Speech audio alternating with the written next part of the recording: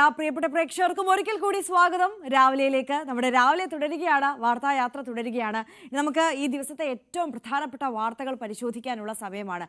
എല്ലാ ദിവസവും പറയുന്നത് പോലെ തന്നെ ഒരുപാട് പ്രധാനപ്പെട്ട വാർത്തകൾ പ്രേക്ഷകരെ കാത്തിരിക്കുന്ന ഒരു ദിവസം തന്നെയാണ് ഇന്നും. പ്രേക്ഷകർക്കറിയാം, നമ്മൾ വീണ്ടും നിപ്പയുടെ ആശങ്കയൊന്ന് അകലുന്നു എന്ന് കരുതിയിടത്താണ് വീണ്ടും ഒരു നിപ്പ മരണം കൂടി പാലക്കാട് സ്ഥിരീകരിച്ച സാഹചര്യം. അപ്പോൾ വീണ്ടും നിപ്പയുടെ ആശങ്ക സംസ്ഥാനത്ത് ഉയരുന്നൊരു സാഹചര്യമുണ്ട്. ഇത്തവണ 6 ജില്ലകൾക്കാണ് ജാഗ്രതാ നിർദ്ദേശം നൽകിയിട്ടുള്ളത്. ആരോഗ്യവകുപ്പിന്റെ പ്രവർത്തനങ്ങളൊക്കെ വളരെ കാര്യക്ഷമമായി മുന്നോട്ട് പോകുന്നുണ്ട്. പിന്നീട് മറ്റൊന്ന് ഏറെ ആകാംക്ഷയോടെ കാത്തിരിക്കുന്ന, അല്ലെങ്കിൽ ഒരല്പം നെഞ്ചിരിപ്പോടെ കാത്തിരിക്കുന്നത് നിമിഷപ്രിയയുടെ വധശിക്ഷയുമായി ബന്ധപ്പെട്ട പുതിയ അപ്ഡേറ്റ്സ് ആണ്. നമുക്കറിയാം, ഇപ്പോൾ യമനിൽ നിന്ന് അറിയാൻ കഴിയുന്ന വിവരമനുസരിച്ച് മറ്റന്നാളാണ് ഈ വധശിക്ഷ നടപ്പാക്കാൻ പോകുന്നത്. നമ്മളെല്ലാവരും, നമ്മുടെ സംവിധാനങ്ങളെല്ലാം ആവുന്നത്ര പരിശ്രമിച്ചിട്ടുണ്ട് ഇതിനോടകം തന്നെ നിമിഷപ്രിയയുടെ വധശിക്ഷ ഒഴിവാക്കാനും നിമിഷപ്രിയയുടെ മോചനം സാധ്യമാക്കുവാനും വേണ്ടി. പക്ഷേ ആ പരിശ്രമങ്ങളെല്ലാം വിഫലമാണ് എന്നുള്ളതാണ് ഈ ഘട്ടം വരെ നമുക്ക് മുന്നിലുള്ള അപ്ഡേറ്റ്സ്. പക്ഷേ ഇപ്പോഴും ആ പരിശ്രമം തുടർന്നുകൊണ്ടിരിക്കുകയാണ്. ഇന്നലെ മുഖ്യമന്ത്രി പ്രധാനമന്ത്രിക്ക് അടിയന്തരമായി ഈ വിഷയത്തിൽ ഇടപെടണം എന്നാവശ്യപ്പെട്ടുകൊണ്ട് കത്തൊക്കെ അയക്കുകയും ചെയ്തിട്ടുണ്ട്. സുപ്രീം കോടതിയുടെ മുന്നിലേക്ക് ഈ വിഷയം എത്തി നിൽക്കുന്നുണ്ട്. അപ്പോൾ അവിടെ നിന്നൊക്കെ ഏത് തരത്തിലുള്ള ഇനി നീക്കങ്ങളായിരിക്കാം ഉണ്ടാകാൻ പോകുന്നത് എന്നത് നമുക്ക് കണ്ടറിയണം. അതിനപ്പുറം നമ്മുടെ വിദേശകാര്യ മന്ത്രാലയത്തിൻ്റെ ഒക്കെ ഭാഗത്തു നിന്ന് ഒരു നടപടി ഉണ്ടായാൽ പോലും, ഇടപെടൽ ഉണ്ടായാൽ പോലും എത്രത്തോളം ഇനി നിമിഷയുടെ മോചനം സാധ്യമാകും എന്ന ചോദ്യവും അവിടെ അവശേഷിക്കുകയാണ്. പിന്നെ മറ്റൊന്ന്, പ്രേക്ഷകർക്കെല്ലാം അറിയാം, നമ്മുടെ അഭിമാനമായി മാറിയ ശുഭാംശു ശുക്ല ബഹിരാകാശത്ത് വളരെ ഐതിഹാസികമായ ചരിത്രപരമായിട്ടുള്ള ഒരുപാട് നേട്ടങ്ങളൊക്കെ കുറിച്ചിട്ട് മടങ്ങി ഭൂമിയിലേക്ക് എത്തുകയാണ്. ഇന്ന് മടക്കം ആരംഭിക്കും. നാളെയാണ് സ്പ്ലാഷ് ഡൗൺ ചെയ്യാൻ പോകുന്നത് പസഫിക് സമുദ്രത്തിലേക്ക്. അപ്പോൾ അതുമായി ബന്ധപ്പെട്ട അപ്ഡേറ്റ്സ് പ്രേക്ഷകരെ കാത്തിരിപ്പുണ്ട്. അങ്ങനെ ഒരുപാട് വാർത്തകൾ പ്രേക്ഷകർക്ക് മുന്നിലേക്ക് എത്താൻ പോവുകയാണ്. നമുക്ക് വിശദമായി നോക്കാം. ആദ്യം പ്രധാന തലക്കെട്ട്. 6 ജില്ലകൾക്ക് നിപ ജാഗ്രതാ നിർദ്ദേശം. പാലക്കാട്, മലപ്പുറം, കോഴിക്കോട്, കണ്ണൂർ, വയനാട്, തൃശൂർ ജില്ലകൾക്ക് ആരോഗ്യവകുപ്പ് നിർദ്ദേശം നൽകി.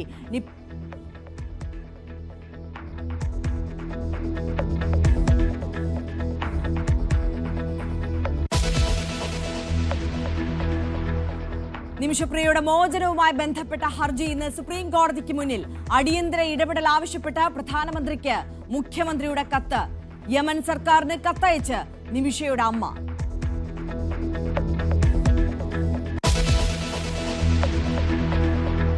ധർമ്മസ്ഥല കൊലപാതകങ്ങളിൽ അന്വേഷണം പുതിയ വഴിയിലേക്ക്. മണ്ണ് നീക്കം ചെയ്ത് പരിശോധനയിൽ ഇന്ന് തീരുമാനം. ശുചീകരണ തൊഴിലാളിയെ മംഗളൂരുവിലേക്ക് കൊണ്ടുവരും.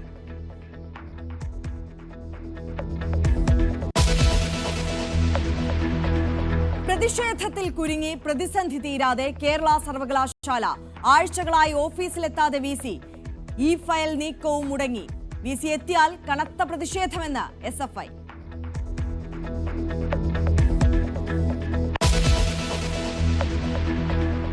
ദൗത്യം പൂർത്തിയാക്കി ശുഭാംശു ശുക്ലയും സംഘവും മടങ്ങുന്നു. ആക്സിയം 4 ദൗത്യ സംഘം ഭൂമിയിലേക്ക്.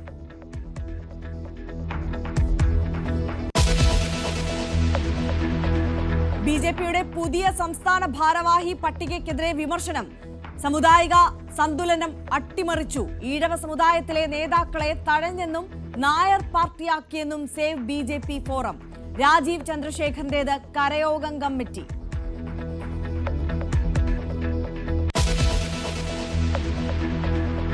പാദപൂജയിലും സർക്കാർ ഗവർണർ പോര് കടുക്കുന്നു. പാദപൂജ ഭാരതീയ സംസ്കാരമെന്ന് ഗവർണർ. കുട്ടികളെ കൊണ്ട് പാദപൂജ ചെയ്യിച്ച സ്കൂളുകൾക്കെതിരെ നടപടിയെടുക്കാൻ സർക്കാർ.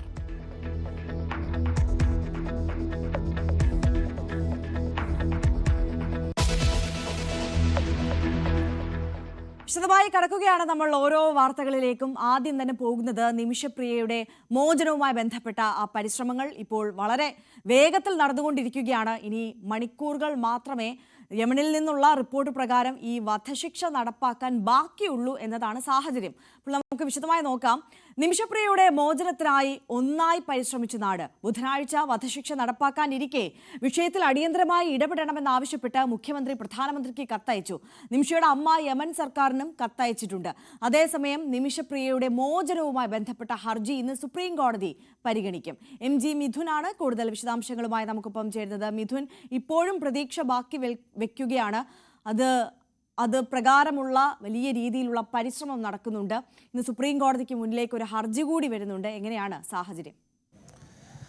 ആര്യ, നിർണായക മണിക്കൂറുകളാണ് ഇനി അങ്ങോട്ടുള്ളത് നിമിഷപ്രിയയെ സംബന്ധിച്ചുള്ളത്. നിമിഷപ്രിയയുടെ ജീവൻ രക്ഷിക്കുന്നതിന് വേണ്ടി അടിയന്തര ഇടപെടലാണ് ഈ ഒരു ഘട്ടത്തിൽ ആവശ്യമായിട്ടുള്ളത്. അതുകൊണ്ട് തന്നെ കാര്യക്ഷമമായിട്ടുള്ള ഇടപെടൽ കേന്ദ്ര സർക്കാരിൻ്റെ ഭാഗത്തു നിന്നുണ്ടായാൽ മാത്രമേ അതിനൊരു വഴി തെളിയൂ എന്നുള്ള നിലപാടിൽ തന്നെയാണ് ആക്ഷൻ കൗൺസിൽ ഉൾപ്പെടെയുള്ളവരുള്ളത്. അത് ആവശ്യപ്പെട്ടുകൊണ്ടാണ് അടിയന്തര ഇടപെടൽ ആവശ്യപ്പെട്ടുകൊണ്ട് സുപ്രീം കോടതിയിൽ ഹർജി ഇവർ നൽകുകയും ചെയ്യുന്നത്. ആ ഹർജി ഇന്ന് സുപ്രീം കോടതിയുടെ പരിഗണനയിലേക്ക് വരികയാണ്. സുപ്രീം കോടതി ഇക്കാര്യത്തിൽ എന്ത് തീരുമാനമെടുക്കും, ഒപ്പം തന്നെ കേന്ദ്ര സർക്കാർ നിലപാടെന്ന് സുപ്രീം കോടതിയെ അറിയിക്കുകയും ചെയ്യും. ആ നിലപാട് എന്തായിരിക്കുമെന്നുള്ളത് തന്നെയാണ്. നേരത്തെ തന്നെ കേന്ദ്ര സർക്കാരിനോട് മുഖ്യമന്ത്രി പിണറായി വിജയൻ ഉൾപ്പെടെയുള്ളവർ കത്തെഴുതി പ്രധാനമന്ത്രിയെയും ഒപ്പം തന്നെ വിദേശകാര്യമന്ത്രിയെയും ഒക്കെ പലതവണ ഇതുമായി ബന്ധപ്പെട്ട ഒരു അടിയന്തര ഇടപെടൽ വേണമെന്ന് ആവശ്യപ്പെട്ടുകൊണ്ട് കത്തഴിച്ച ഒരു സാഹചര്യമുണ്ട്. ഒപ്പം തന്നെ നിമിഷപ്രിയയുടെ അമ്മയും യമൻ ഭരണകൂടത്തിനും ഇതേ സമാനമായ ആവശ്യം ഉന്നയിച്ചുകൊണ്ട് കത്തെഴുതിയ സാഹചര്യമുണ്ട്.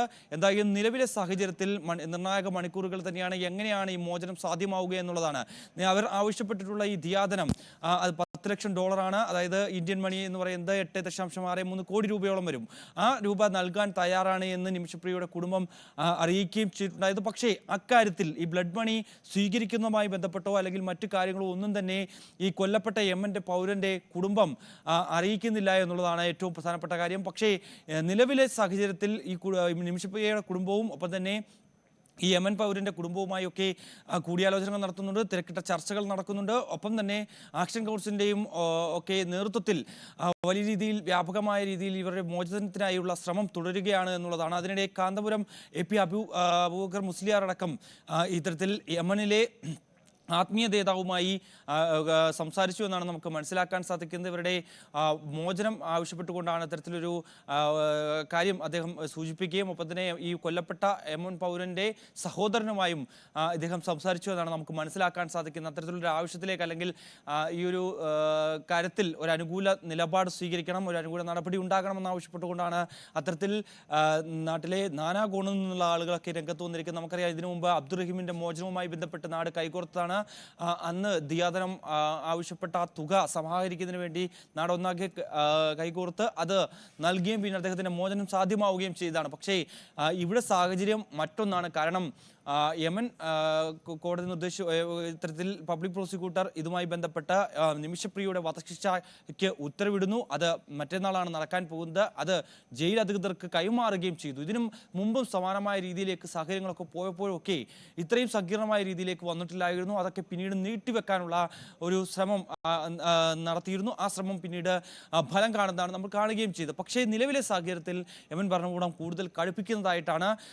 16-ന് തന്നെ വധശിക്ഷ നടപ്പാക്കാനുള്ള ഒരു തീരുമാനത്തിലേക്ക് അത്തരത്തിൽ അത് സംബന്ധിച്ചുള്ള നിർണായക ഉത്തരവും അവരുടെ ഭാഗത്ത് നിന്ന് യമനിലെ നിയമപ്രകാരം ഈ കൊല്ലപ്പെട്ട വ്യക്തിയുടെ കുടുംബം ക്ഷമിക്കണം എന്നുള്ളതാണ്. ക്ഷമിക്കണം, മാപ്പ് നൽകണം, ഈ ദിയാധനം സ്വീകരിച്ചാൽ മാത്രമേ ഈ മോചനം സാധ്യമാവുകയുള്ളൂ എന്നതാണ് സാഹചര്യം.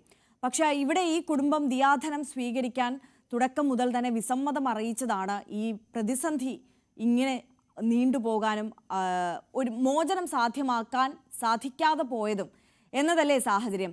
എന്തായാലും 2018 മുതൽ ഒരുപാട് മനുഷ്യ സ്നേഹികളടക്കം രംഗത്തുള്ള ഒരു വിഷയമാണ്. പരിശ്രമങ്ങളൊക്കെ നടത്തുന്ന ഒരു സാഹചര്യമാണ്. ഈ ആക്ഷൻ കൗൺസിൽ ഏറ്റവും ഒടുവിലായി പറയുന്ന കാര്യം എന്താണ്? ഇപ്പോഴും അവർ എത്രത്തോളം പ്രതീക്ഷ മോചനം സാധ്യമാക്കുന്നതുമായി ബന്ധപ്പെട്ട് മുന്നിൽ വെക്കുന്നുണ്ട്? അറിയാം, അവസാന നിമിഷത്തിലും അവസാന മണിക്കൂറുകളിലും ഒക്കെ തന്നെ അവർ ശുഭപ്രതീക്ഷയോടെ തന്നെയാണ് മുന്നോട്ട് പോകുന്നത്. കാരണം ഈ കുടുംബം കൊല്ലപ്പെട്ട യമൻ പൗരൻ്റെ കുടുംബം ഈ ഒരു അനുകൂല നിലപാട് സ്വീകരിക്കും, ഈ ദിയാധനം സ്വീകരിക്കാൻ തയ്യാറാകും, ഒപ്പം തന്നെ വധശിക്ഷ റദ്ദാക്കണമെന്ന് ആവശ്യപ്പെടുമെന്നുള്ള രീതിയിൽ തന്നെയാണ് അവർ ഉറച്ചു വിശ്വസിക്കുകയും ചെയ്യുന്നത്. അതിൻ്റെ അന്തിമഘട്ടത്തിലാണ് ഈ ചർച്ചകൾ എന്നുള്ളതാണ്. പക്ഷേ അവർ പറയുന്ന മറ്റൊരു കാര്യം കൂടിയുണ്ട്. ഇന്ത്യയിൽ നിന്ന് കുറച്ചുകൂടി ഇടപെടൽ വേണം, ഒരു സുതാര്യമായ ഇടപെടൽ വേണം, കാര്യക്ഷമമായ ഇടപെടൽ വേണം. എങ്കിൽ മാത്രമേ യമൻ ഭരണകൂടത്തോട് ഇത്തരത്തിലൊരു ആവശ്യം വിദേശകാര്യ മന്ത്രാലയത്തിൻ്റെ ഭാഗത്തുനിന്നുണ്ടായാൽ അത് കുറച്ചുകൂടി അനുകൂലമായി മാറാൻ സാധിക്കും. കാരണം ഈ കുടുംബവുമായി യമൻ ഭരണകൂടത്തിന് സംസാരിക്കാൻ സാധിക്കും.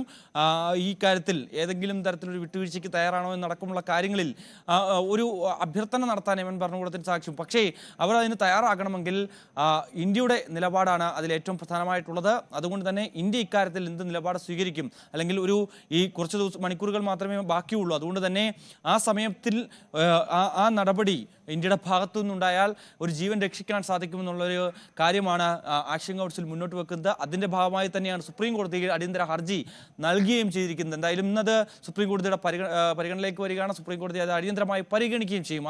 ആ ഘട്ടത്തിൽ കേന്ദ്ര സർക്കാർ ഇതിൽ നിലപാട് വ്യക്തമാക്കും. എന്താണ് ഇക്കാര്യത്തിൽ കേന്ദ്ര സർക്കാരിൻ്റെ നിലപാട്? ഒപ്പം തന്നെ മറ്റൊരു സാഹചര്യം, കേരള മുഖ്യമന്ത്രി ഉൾപ്പെടെയുള്ളവർ ഈ ഒരു ആവശ്യം ഉന്നയിച്ചുകൊണ്ട് രംഗത്ത് വന്ന സാഹചര്യമുണ്ട്. പലതവണ പ്രധാനമന്ത്രിക്ക് ഉൾപ്പെടെ അഭ്യർത്ഥന നടത്തിയിട്ടുണ്ട്. കൂടാതെ കഴിഞ്ഞ ദിവസം നമുക്കറിയാം, ഈ ജയിലിലായതിനു ശേഷം നിമിഷപ്രിയയുടെ കൂടി ഒരു അഭ്യർത്ഥന വരുന്നു. എൻ്റെ ജീവൻ രക്ഷിക്കുന്നതിന് വേണ്ടി ഒരു ഇടപെടൽ ഉണ്ടാകണം, അതിന് വേണ്ടി കനിയണം, കേന്ദ്ര സർക്കാർ കനിയണം എന്നാവശ്യപ്പെട്ടുകൊണ്ട് ഇന്ത്യ അതിനുവേണ്ടി മുന്നിട്ടിറങ്ങണം എന്നുള്ള ആവശ്യപ്പെട്ടുകൊണ്ട് ആക്ഷൻ കൗൺസിൽ, അതായത് മനുഷ്യാവകാശ പ്രതിനിധി ഇത്തരത്തിൽ നിമിഷപ്രിയയുടെ വാക്കുകൾ അത് പുറംലോകത്തേക്ക് എത്തിക്കുന്ന ഒരു സാഹചര്യം ഉണ്ടായിരുന്നു. അതൊക്കെ മുന്നിൽ കണ്ടുകൊണ്ട് ഒരു പക്ഷേ ഒരു അനുകൂല നിലപാട് അല്ലെങ്കിൽ ഒരു അടിയന്തര ഇടപെടൽ നടത്താൻ തയ്യാറാകുമെന്നുള്ള രീതിയിൽ, അല്ലെങ്കിൽ ഇതിനോടകം എന്തൊക്കെ ചെയ്തിട്ടുണ്ട് ഈ മോചനവുമായി ബന്ധപ്പെട്ട് എന്നടക്കമുള്ള കാര്യങ്ങൾ ഒരു വ്യക്തത ഇന്നുണ്ടാവും. എന്തായാലും നിലവിൽ സുപ്രീം കോടതിയിൽ കേന്ദ്ര സർക്കാർ എന്താണ് പറയാൻ പോകുന്നത് എന്നുള്ളതാണ് നമുക്ക് ഏറ്റവും പ്രധാനമായി അറിയേണ്ടത്. മറ്റൊന്ന്, യമൻ പൗരന്റെ കുടുംബവുമായി നടത്തുന്ന ചർച്ച, അത് ഒരു പോസിറ്റീവായാൽ മറ്റന്നാൾ നടക്കാൻ പോകുന്ന വധശിക്ഷ അത് റദ്ദാക്കുകയും ചെയ്യും. അങ്ങനെ നിമിഷപ്രിയയുടെ മോചനത്തിലേക്ക് അത് വഴിതെളിയുകയും ചെയ്യും. അങ്ങനെ ഒരു സാഹചര്യത്തിലേക്ക് എത്തുമെന്നുള്ള പ്രതീക്ഷയിലോട് തന്നെയാണ് എല്ലാവരും ഉള്ളത്. നാടൊന്നാകെ ഇതിനുവേണ്ടി കൈകോർത്തിരിക്കുകയാണ്. നമുക്കറിയാം, ഈ ദിയാദനം 8.5 കോടിയോളം രൂപയോളം വരും. ആ രൂപ നൽകാൻ തയ്യാറാണെന്ന് നേരത്തെ തന്നെ കുടുംബം അറിയിച്ചതാണ്. അത് നൽകാൻ മറ്റ് സന്നദ്ധരായിട്ടുള്ള പ്രവർത്തകരും ഒപ്പം തന്നെ നാട്ടുകാരും ഉൾപ്പെടെയുള്ളവർ അതിനുവേണ്ടി ഒപ്പം ചേരുകയും ചെയ്തിട്ടുള്ളൊരു പശ്ചാത്തലമുണ്ട്. അതൊക്കെ നിലനിൽക്കുകയാണ്. ഏവരും പ്രാർത്ഥനയോടെ കഴിയുകയാണ്. എന്തായാലും ഈ മോചനം സാധ്യമാകുമെന്ന് തന്നെയാണ് ഈ അവസാന നിമിഷങ്ങളിലും അവർ ഉറച്ചു വിശ്വസിക്കുന്നത്. ആര്യ, തീർച്ചയായും നെഞ്ചിടിപ്പേറ്റുന്ന മണിക്കൂറുകളാണ് അവശേഷിക്കുന്നത്. MG മിഥുനാണ് വിശദാംശങ്ങളുമായി നമുക്കൊപ്പം ചേർന്നത്. കേന്ദ്ര സർക്കാരിന്റെ ഒരു അടിയന്തര ഇടപെടൽ ഈ ഘട്ടത്തിൽ വേണമെന്നുള്ള ആവശ്യം ഉന്നയിച്ചുകൊണ്ടാണ് ഇപ്പോൾ ഹർജി അടക്കം സുപ്രീം കോടതിയുടെ മുന്നിലേക്ക് എത്തിയിട്ടുള്ളതും മുഖ്യമന്ത്രി പ്രധാനമന്ത്രിക്ക് കത്തയച്ചതും. പക്ഷേ കേന്ദ്ര സർക്കാർ ഈ വിഷയത്തിൽ ഇടപെട്ടിട്ടില്ല എന്ന് നമുക്ക് പറയാൻ കഴിയില്ല. ഇന്ത്യ പല ഘട്ടങ്ങളിലും ഇതുമായി ബന്ധപ്പെട്ട ഇടപെടൽ നടത്തിയിട്ടുണ്ട്. ഇത്രത്തോളം പരിശ്രമങ്ങൾ ഈ വിഷയത്തിൽ ഉണ്ടായിട്ടും എന്തുകൊണ്ടാകാം നിമിഷപ്രിയയുടെ വധശിക്ഷ ഒഴിവാക്കാൻ സാധിക്കാതെ പോയത്, നിമിഷയുടെ മോചനം സാധിക്കാതെ പോയത് എന്ന് നമുക്ക് വിശദമായി പരിശോധിക്കാം സ്പെഷ്യൽ റിപ്പോർട്ടിലേക്ക്.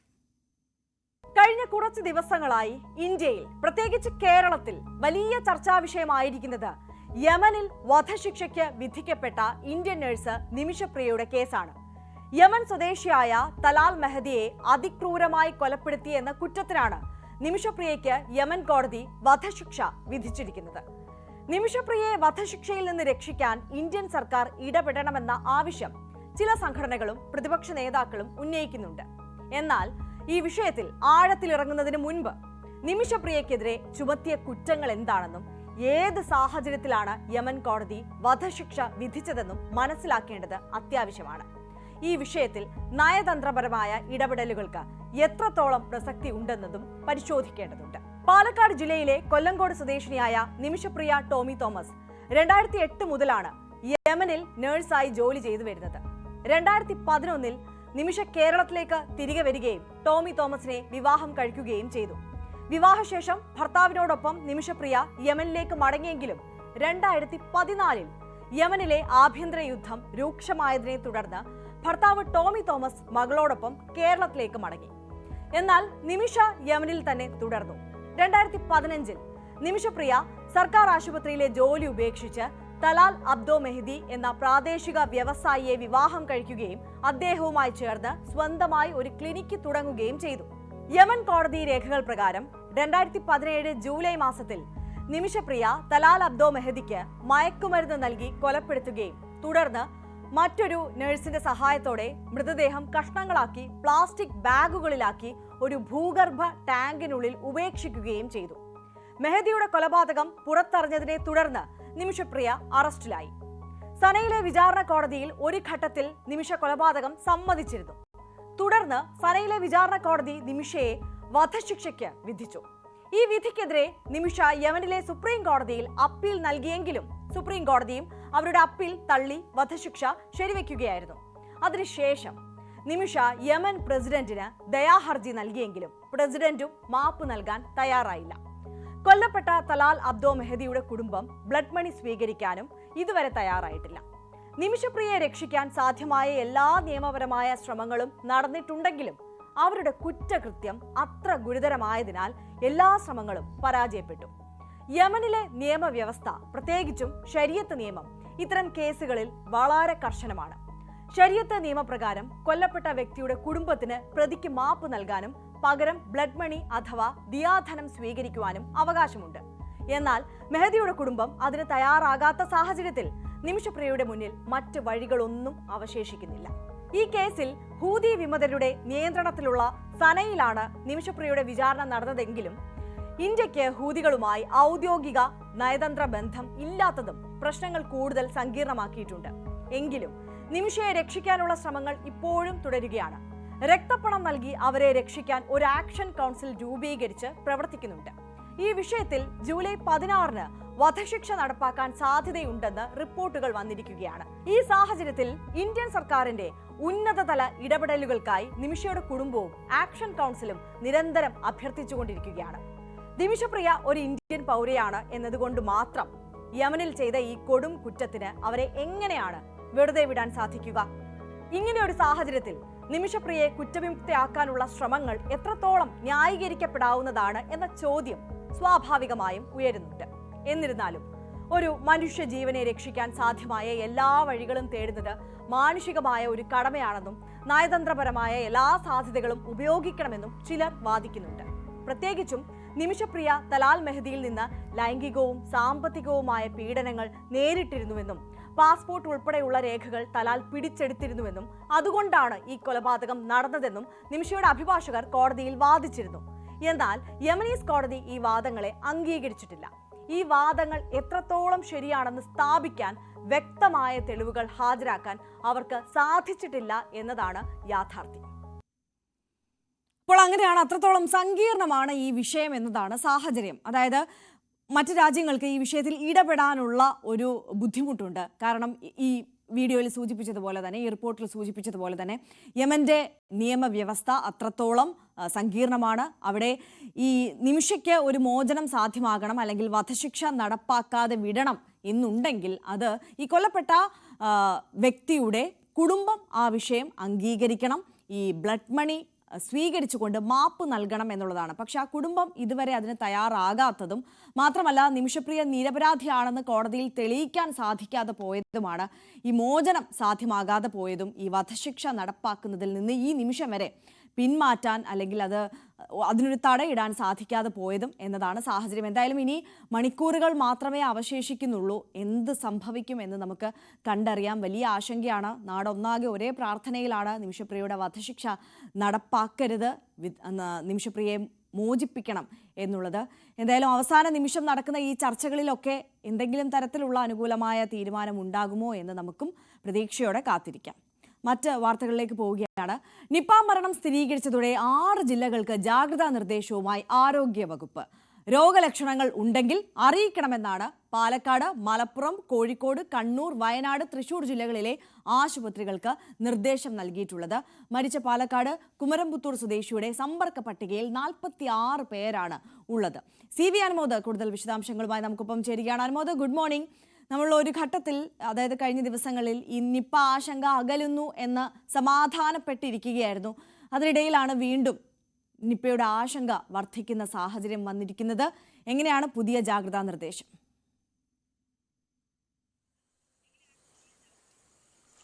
Arya, good morning. 58-കാരൻ്റെ മരണത്തെ തുടർന്നാണ് ഇപ്പോൾ നിപ്പ വീണ്ടും ഈ മലപ്പുറം, പാലക്കാട്, കോഴിക്കോട് ജില്ലകൾക്കൊക്കെ ആശങ്ക നൽകുന്ന സാഹചര്യം തീർത്തിരിക്കുന്നത്. ഒരു ജില്ലയിൽ മാത്രമല്ല, ഈ മണ്ണാർക്കാട് ജില്ല അതിർത്തിയോട് ചേർന്നുള്ള സ്ഥലമാണ്. അപ്പോൾ മലപ്പുറം ജില്ലയിലേക്കും അതേപോലെ മലപ്പുറത്തിൽ നിന്ന് റെഫർ ചെയ്തു പോകുന്ന കോഴിക്കോട് ജില്ലയിലേക്കൊക്കെ ഈ നിപ്പയുടെ ഒരു ഭീതി ഉണ്ടാകാനുള്ള കാരണമുണ്ട്. ഇപ്പോൾ ആരോഗ്യവകുപ്പ് നൽകിയ നിർദ്ദേശപ്രകാരം 6 ജില്ലകളിൽ ആശുപത്രികളിലേക്ക് പോകുന്നത് അത്രയും അത്യാവശ്യമാണെങ്കിൽ മാത്രമേ പോകാവൂ. അല്ലെങ്കിൽ പോയാൽ തന്നെ കർശനമായിട്ടുള്ള നിയന്ത്രണങ്ങൾ ഏർപ്പെടുത്തേണ്ടതുണ്ട്. കാരണം ഈ വരുന്ന രോഗികളിൽ നിപ സ്ഥിരീകരിക്കുന്നത് ഒരുപക്ഷെ അവസാന ഘട്ടത്തിലേക്ക് ആകുമ്പോൾ തന്നെ ആദ്യഘട്ടത്തിൽ ഈ ലക്ഷണങ്ങൾ കണ്ടെത്താൻ കഴിയുന്നില്ല എന്നതാണ് പ്രധാന പ്രശ്നം. പനിയോ ശ്വാസം തടസ്സമോ ഒക്കെ ആയിട്ട് വരുന്നവർക്ക് ഇനിയിപ്പോൾ ആദ്യഘട്ടത്തിൽ തന്നെ മനസ്സിലാക്കാൻ കഴിയാത്ത ഒരു സാഹചര്യം ഉള്ളതുകൊണ്ടാണ് ആശുപത്രിയിലേക്ക് എത്തുന്നവർ അത്രയും ജാഗ്രത പാലിക്കണം എന്നൊരു നിർദ്ദേശം ആരോഗ്യവകുപ്പിൻ്റെ ഭാഗത്ത് നിന്ന് ഉണ്ടായിട്ടുള്ളത്. കഴിഞ്ഞ മങ്കട സ്വദേശിനിയുടെയും അതേപോലെ തന്നെ ഇപ്പോൾ ഈ 58-കാരൻ്റെയും മരണം, അത് ഇനിയിപ്പോൾ മരണം സംഭവിച്ചതിന് ശേഷമാണ് ഇനിയിപ്പോൾ സ്ഥിരീകരിച്ചത്. അപ്പോൾ സ്വാഭാവികമായിട്ടും അത്തരത്തിലൊരു ആശങ്ക മുന്നിൽ നിൽക്കുന്നതുകൊണ്ടാണ് ഈ ജില്ലകളിലെ ആശുപത്രികളിൽ പ്രത്യേക ജാഗ്രത നിർദ്ദേശം പ്രഖ്യാപിച്ചിരിക്കുന്നത്. നേരത്തെ ആര്യ സൂചിപ്പിച്ചു 46 പേരാണ് ഇപ്പോൾ ഇദ്ദേഹം മരിച്ച ഈ കുമരംപുത്തൂർ സ്വദേശിയുടെ സമ്പർക്ക പട്ടികയിലുള്ളത്. ഇവരെ ട്രേസ് ചെയ്യാനുള്ള ശ്രമങ്ങൾ നടക്കുന്നുണ്ട്. അതോടൊപ്പം തന്നെ എത്ര പേർ ഇദ്ദേഹത്തിൻ്റെ ഈ ഒരു സമ്പർക്കത്തിൽ വന്നിട്ടുണ്ട് എന്നതിനെക്കുറിച്ച് വിശദമായ ഒരു റിപ്പോർട്ട് തയ്യാറാക്കുന്നുണ്ട്. ഫീൽഡ് തല പ്രവർത്തനങ്ങൾ ആരംഭിച്ചിട്ടുണ്ട്. മൊബൈൽ ടവർ ലൊക്കേഷൻ കേന്ദ്രീകരിച്ച് ഈ ഒരു സമയത്ത് അദ്ദേഹം പോയ ആശുപത്രിയിലുള്ള ആ ലൊക്കേഷനിലുള്ളവരെ കണ്ടെത്തുവാനും അവരെ ഐഡൻറ്റിഫൈ ചെയ്യാനും അങ്ങനെ ഈ ഒരു നിപയുടെ അത് എത്രമാത്രം ആളുകളിലേക്ക് എത്തും എന്നൊരാശങ്ക നിലനിൽക്കുന്നുണ്ട്. പരമാവധി ആളുകളെ കണ്ടെത്തി അവരെ ക്വാറന്റൈനിൽ വിടാനുള്ള നിരീക്ഷിക്കാനുള്ള നടപടിയാണ് ആരോഗ്യവകുപ്പിൻ്റെ ഭാഗത്തുനിന്നും ഉണ്ടായിക്കൊണ്ടിരിക്കുന്നത്. അതേപോലെ തന്നെ ഇതിൻ്റെ പ്രഭവ കേന്ദ്രം എവിടെയാണെന്ന് അറിയാത്തതാണ് മറ്റൊരു പ്രധാന പ്രശ്നം. ഈ ഒരു മേഖലയിൽ തച്ചനാട്ടുകര അതേപോലെ തന്നെ കുമരംപുത്തൂർ മേഖലകളിലൊക്കെ ഈ ഒരു വവ്വാലിൻ്റെ സാന്നിധ്യം ഉണ്ട് എന്ന് നേരത്തെ തന്നെ കണ്ടെത്തിയിട്ടുണ്ട്. പക്ഷേ ഇത് ഒരു പ്രഭവ കേന്ദ്രത്തിൽ നിന്നാണോ ഈ അസുഖം വന്നിരിക്കുന്നത്? അതായത് തച്ചനാട്ടുകര സ്വദേശിക്കും കുമരംപുത്തൂർ സ്വദേശിയുടെയും 2 ഇടങ്ങളിലായിട്ടാണ് രോഗം ഉണ്ടായിട്ടുള്ളത്. അപ്പോൾ ഇതിൻ്റെ പ്രഭവ കേന്ദ്രം എവിടെയെന്നുള്ളത് കണ്ടെത്തുകയും വലിയ ഒരു തലവേദന തന്നെയാണ്, വെല്ലുവിളിയാണ്. അതിൻ്റെ നടപടികളും പുരോഗമിക്കുന്നുണ്ട്. എന്നാണെങ്കിലും ഈ ഒരു ജില്ലകളിൽ ഈ ചെറിയ പനിയോ തലവേദനയോ അല്ലെങ്കിൽ ശ്വാസം മുട്ടോ ഒക്കെ ആയിട്ട് വരുന്നവർക്ക് പോലും നിപയുടെ സാധ്യതകൾ തള്ളിക്കളയാൻ കഴിയില്ല എന്നതാണ് ആരോഗ്യവകുപ്പിന് ഇപ്പോൾ വെല്ലുവിളിയാകുന്നത്. അതുകൊണ്ടാണ് ഈ ജില്ലകളിൽ ജാഗ്രതയും പ്രഖ്യാപിച്ചിരിക്കുന്നത്. അതുപോലെ നമുക്കറിയാം അടിക്കടി ഇങ്ങനത്തെ സാഹചര്യം ഉണ്ടാകുന്നതാണ് നമ്മുടെ എല്ലാം ആശങ്കയേറ്റുന്നത്. ദിവസങ്ങൾക്ക് മുമ്പ് സമാനമായ സാഹചര്യം റിപ്പോർട്ട് ചെയ്ത പശ്ചാത്തലത്തിലാണ് കേന്ദ്ര സംഘം അടക്കം എത്തിയിട്ടുള്ള പരിശോധനകളൊക്കെ നടക്കുന്നുണ്ടായിരുന്നു. ഈ കേന്ദ്ര സംഘം മടങ്ങിയോ അവരുടെ ഒരു നിഗമനം ഈ വിഷയത്തിൽ പ്രാഥമികമായ ഒരു റിപ്പോർട്ട് എന്ന നിലയിൽ മുന്നോട്ട് വെക്കുന്നത് എന്താണ് അനുമോദ്?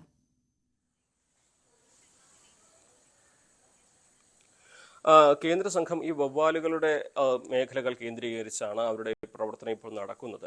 കഴിഞ്ഞ ദിവസം ഈ നേരത്തെ 38-കാരിക്ക് രോഗം സ്ഥിരീകരിച്ച് തച്ചനാട്ടുകര മേഖലയിലായിരുന്നു കേന്ദ്ര സംഘത്തിൻ്റെ പ്രവർത്തനം ഉണ്ടായിരുന്നത്. അവിടെ ക്യാമ്പ് ചെയ്ത് അവിടെ നിന്നും ഈ വവ്വാലുകളുടെ ബ്ലഡും അത് സ്രവങ്ങളും ഒക്കെ ശേഖരിക്കുന്ന തരത്തിൽ ഇതിൻ്റെ ഈ വവ്വാലുകളുടെ സ്വഭാവത്തിൽ മറ്റിടങ്ങളിൽ നിന്ന് വ്യത്യസ്തമായിട്ട് എന്തെങ്കിലും ഉണ്ടോ, ഈ നിപയുടെ വകഭേദത്തിൻ്റെ എന്തെങ്കിലും വകഭേദം ഉണ്ടാകാനുള്ള സാധ്യതയുണ്ടോ എന്നുള്ളത് അറിയണമെങ്കിൽ വവ്വാലുകളെ കുറിച്ച് കൃത്യമായി അറിയേണ്ടതുണ്ട്. അപ്പോൾ അത്തരത്തിൽ വവ്വാലുകളെ കേന്ദ്രീകരിച്ചുള്ള ഒരു പഠനവും അത്തരത്തിലുള്ള നിരീക്ഷണങ്ങളൊക്കെയാണ് ആ മേഖലയിൽ നടന്നിട്ടുള്ളത്. ഒപ്പം തന്നെ ഈ രോഗം പിടിപെടാനുള്ള കാരണം, അതിൻ്റെ പ്രഭവ കേന്ദ്രം എവിടെയെന്നുള്ളത് കണ്ടെത്തുകയാണ് ഏറ്റവും പ്രധാനപ്പെട്ട ഒരു വെല്ലുവിളിയായിട്ടുള്ളത്. അപ്പോൾ ആ ഒരു മേഖലയിൽ ചെന്ന് ഈ ഒന്ന് അവർ പരിശോധിക്കുക രോഗലക്ഷണങ്ങളെ കുറിച്ചാണ്, 2 ഈ രോഗം വരാനുണ്ടായ സാഹചര്യങ്ങളെക്കുറിച്ച്. അപ്പോൾ ഈ രണ്ടാമത്തത് പഠിക്കുകയാണ് ഈ ഒരു രോഗം കൂടുതൽ ഇടങ്ങളിലേക്ക് വ്യാപിക്കാതിരിക്കാനുള്ള മുൻകരുതൽ നടപടികൾ സ്വീകരിക്കാൻ ഏറ്റവും അടിസ്ഥാനപരമായിട്ട് ചെയ്യുക. അതായത് ആ ഒരു മേഖലയിൽ കേന്ദ്രീകരിച്ച് അവിടെ വവ്വാലുകളുടെ സാന്ദ്രത കൂടുതലാണെങ്കിൽ എന്തുകൊണ്ടാണത്, അത് ഏതൊക്കെ തരത്തിലുള്ള പഴങ്ങളായിരിക്കും ഇത് കഴിക്കുന്നുണ്ടാവുക, ഇതിൻ്റെ ശരീരത്തിൽ മറ്റെന്തെങ്കിലും അണുബാധയോ വൈറസോ അല്ലെങ്കിൽ ഈ രക്തവും ഇതൊക്കെ പരിശോധിക്കുമ്പോഴാണ് മനസ്സിലാക്കുക അങ്ങനെയുള്ള കാര്യങ്ങളുണ്ടോ. അങ്ങനെയുള്ള കുറേയും കൂടി ശാസ്ത്രീയമായിട്ടുള്ള അല്പം ഗവേഷണപരമായിട്ടുള്ള കാര്യങ്ങൾ മനസ്സിലാക്കിക്കൊണ്ടാണ് ഇതിൻ്റെ പ്രതിരോധ പ്രവർത്തനങ്ങൾ നടത്തുക. സ്വാഭാവികമായിട്ടും ആ നടപടികളൊക്കെ പുരോഗമിക്കുന്നുണ്ട്. അതിനിടെ ഇതെല്ലാം നടക്കുന്നതിനിടെയാണ് രണ്ടാമതുള്ള ഈ ഒരു കേസ് ഉണ്ടായത് എന്നുള്ളത് തന്നെ സ്വാഭാവികമായിട്ടും ഇതിൻ്റെ ഒരു ഗൗരവം വർദ്ധിപ്പിക്കുന്ന ഒരു സാഹചര്യമാണ് ഇപ്പോൾ ഉണ്ടാക്കിയിരിക്കുന്നത്.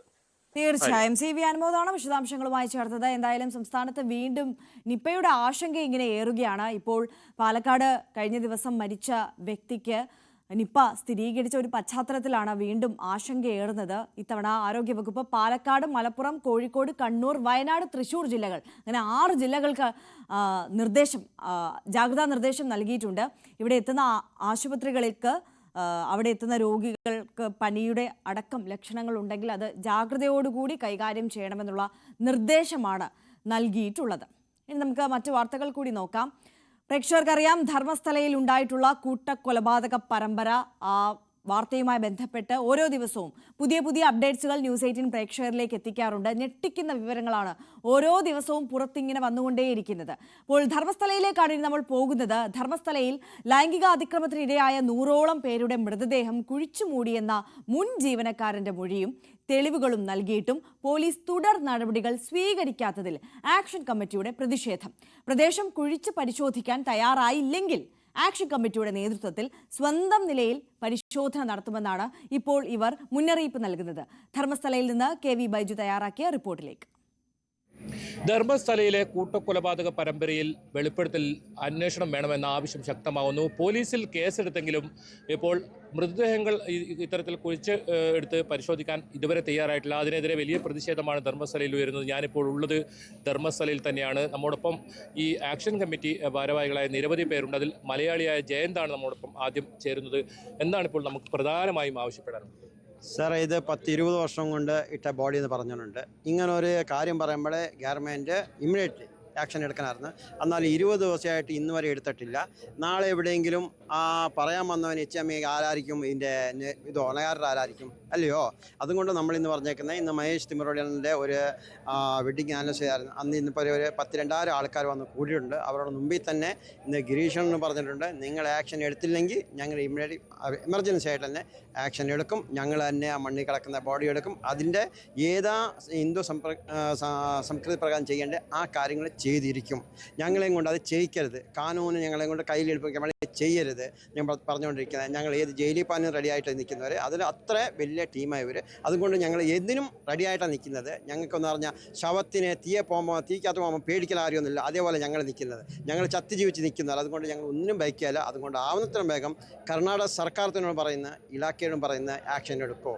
ഇവിടെ മലയാളീസിന് ചത്തിട്ടുണ്ട്. ഇനിയിപ്പം ഞാൻ ചോദിക്കുന്നത്, കേരളത്തിൽ നിന്ന് വന്നിട്ട് അമ്പലത്തിൽ വന്നിട്ട് എത്ര പേര് മരിച്ചിട്ടുണ്ടെന്ന് അവർ എത്രയും പെട്ടെന്ന് മംഗലാപുരം SP കംപ്ലയിൻറ്റ് കൊടുക്കുന്ന വ്യവസ്ഥയും ചെയ്യണം. ഇത് നമ്മൾ പറഞ്ഞുകൊണ്ടിരിക്കുന്നത്. പത്മലത എൻ്റെ കുടുംബത്തെ പെണ്ണ, 87 കൊലയായിരിക്കുന്നത്, 17 വയസ്സായ പെണ്ണ. അന്ന് ഞാൻ 8ാം ക്ലാസ്സിലിരിക്കുമ്പോൾ എൻ്റെ അമ്മയൊക്കെ പറഞ്ഞുകൊണ്ടായിരുന്നു. അന്ന് ഇപ്പോൾ അത് ആ മഹേഷനുള്ളതും കൊണ്ട് ധൈര്യമായിട്ട് ഞാൻ മുമ്പിൽ നിന്ന് പണിയുന്നുണ്ട്. അത് സത്യം പുറത്തു വരണം. അതും റിപ്പോർട്ടാക്കി ക്ലോസ് ചെയ്തു. അതും തനിക്കാവണം. 2 പേര് ആനമുഖത്ത് പറഞ്ഞ് ആ ചേട്ടനെ അനിയത്തിനെ കല്ല് തലേനെ വേണ്ടിയിട്ട് കൊന്നു. ധർമ്മസ്ഥല സ്ഥലത്തിന് വേണ്ടിയിട്ട് അവർ വലിയ അതും പുറത്തു വരണം. പിന്നെ വേദവല്ലി ടീച്ചർ എന്ന് പറഞ്ഞ ടീച്ചർ, അതും സത്യം പുറത്തു വരണം. സൗജന്യ കൊച്ചിനെ കൊണ്ട് ഇവരെന്നെ കൊന്നേക്കുന്നത്, അതും പുറത്തു വരണം മാത്രമേ ഞങ്ങൾ ആഗ്രഹമുള്ളൂ. എത്രയും പെട്ടെന്ന് മാധ്യമത്തിൽ കാണുന്ന ഏതെങ്കിലും ഇവിടെ നാട്ടിലുള്ളവർ എല്ലാവർക്കും അറിയിപ്പിക്കുക. പിന്നെ ഇവിടെ കർണാടക കോൺഗ്രസ് സർക്കാരും അന്നത്തെ വേഗം മുമ്പിലോട്ട് വന്ന് കാര്യം നടത്തണം മാത്രമേ പറയുന്നുണ്ട്. ഇതിലെ ഒരു ശുചീകരണ തൊഴിലാളിയാണ് ഇപ്പോൾ ഇത്തരത്തിൽ വെളിപ്പെടുത്തലുമായി വന്നത്.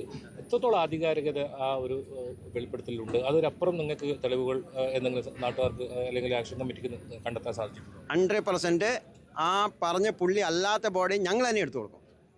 ഇപ്പം അവരുടെ മണ്ട് FIR ചെയ്ത് അവരുടെ കംപ്ലയിൻറ്റ് കൊടുത്ത രീതിയിൽ FIR ചെയ്തായി. അതിൻ്റെ പ്രകാരം ജോലി ചെയ്തില്ലെങ്കിൽ ഞങ്ങൾ തന്നെ എടുക്കും. അത് കഴിഞ്ഞ് ഞങ്ങൾ മണ്ട ചെയ്യട്ടെ. ഇതാണ് ഞങ്ങളുടെ പരിപാടി. ഞങ്ങൾ ചെയ്യും ഉടനെ തന്നെ. ഇവരെടുത്തില്ലെങ്കിൽ ഞങ്ങൾ ചെയ്യുമെന്ന് മാത്രമേ ഇത് ഞാൻ പറയാൻ എല്ലാവരോടും. എന്തായാലും വരും ദിവസങ്ങളിൽ ശക്തമായ പ്രതിഷേധവുമായി രംഗത്തിറങ്ങാൻ തന്നെയാണ് ഇവരുടെ തീരുമാനം. പ്രധാനമായും ഇവർ പറയുന്നത്, ഇത്തരത്തിൽ ഈ ആരോപണം ഉണ്ടായ സ്ഥിതിക്ക്, ഇത്തരത്തിലുള്ള വെളിപ്പെടുത്തൽ ഉണ്ടായ സ്ഥിതിക്ക് മൃതദേഹങ്ങൾ പുറത്തെടുക്കാൻ വളരെ പെട്ടെന്ന് തന്നെ തയ്യാറാകണം. അതല്ലെങ്കിൽ ഇവരുടെ ആക്ഷൻ കമ്മിറ്റിയുടെ നേതൃത്വത്തിൽ മൃതദേഹങ്ങൾ പുറത്തെടുക്കാനുള്ള നടപടിയുമായി ഇവർ മുന്നോട്ട് പോകുമെന്നാണ്. അത്തരമൊരു പ്രതിഷേധത്തിലേക്ക് ഇവരെ കൊണ്ടുപോകരുത് എന്നാണ് നമുക്ക് ഇക്കാര്യത്തിൽ പറയാനുള്ളത്. ധർമ്മസ്ഥലയിൽ നിന്നും KV Baiju, news 18. KV Baiju തന്നെ നമുക്കൊപ്പം ചേരുകയാണ് കൂടുതൽ വിശദാംശങ്ങളുമായി തത്സമയം. Baiju, good morning. ഈ മണ്ണ് നീക്കം ചെയ്തുള്ള പരിശോധന സംബന്ധിച്ച് ഇന്നൊരു തീരുമാനം ഉണ്ടാകുമല്ലേ? അതോടൊപ്പം തന്നെ മറ്റൊരു പ്രധാനപ്പെട്ട കാര്യം, ഈ സാക്ഷിയായിട്ടുള്ള ശുചീകരണ തൊഴിലാളിയെ മംഗളൂരുവിലേക്ക് ഇന്ന് എത്തിക്കുകയാണല്ലേ?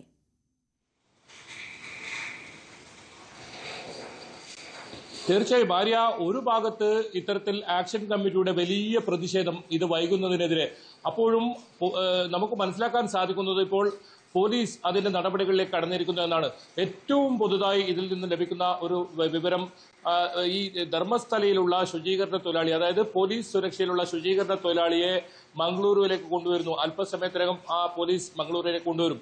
അതായത് Dakshina Kannada SP doctor K Arun അദ്ദേഹത്തിന് ഈ ആക്ഷൻ കമ്മിറ്റി ഉൾപ്പെടെ വലിയ വിശ്വാസമാണ് അദ്ദേഹത്തിൽ അർപ്പിച്ചിരിക്കുന്നത്. അദ്ദേഹം ഈ കേസ് അന്വേഷിക്കുകയാണെങ്കിൽ മുഴുവൻ കാര്യങ്ങളും പുറത്തുവരുമെന്നാണ് ഈ ആക്ഷൻ കമ്മിറ്റി ഉൾപ്പെടെ ഇപ്പോൾ പറയുന്നത്.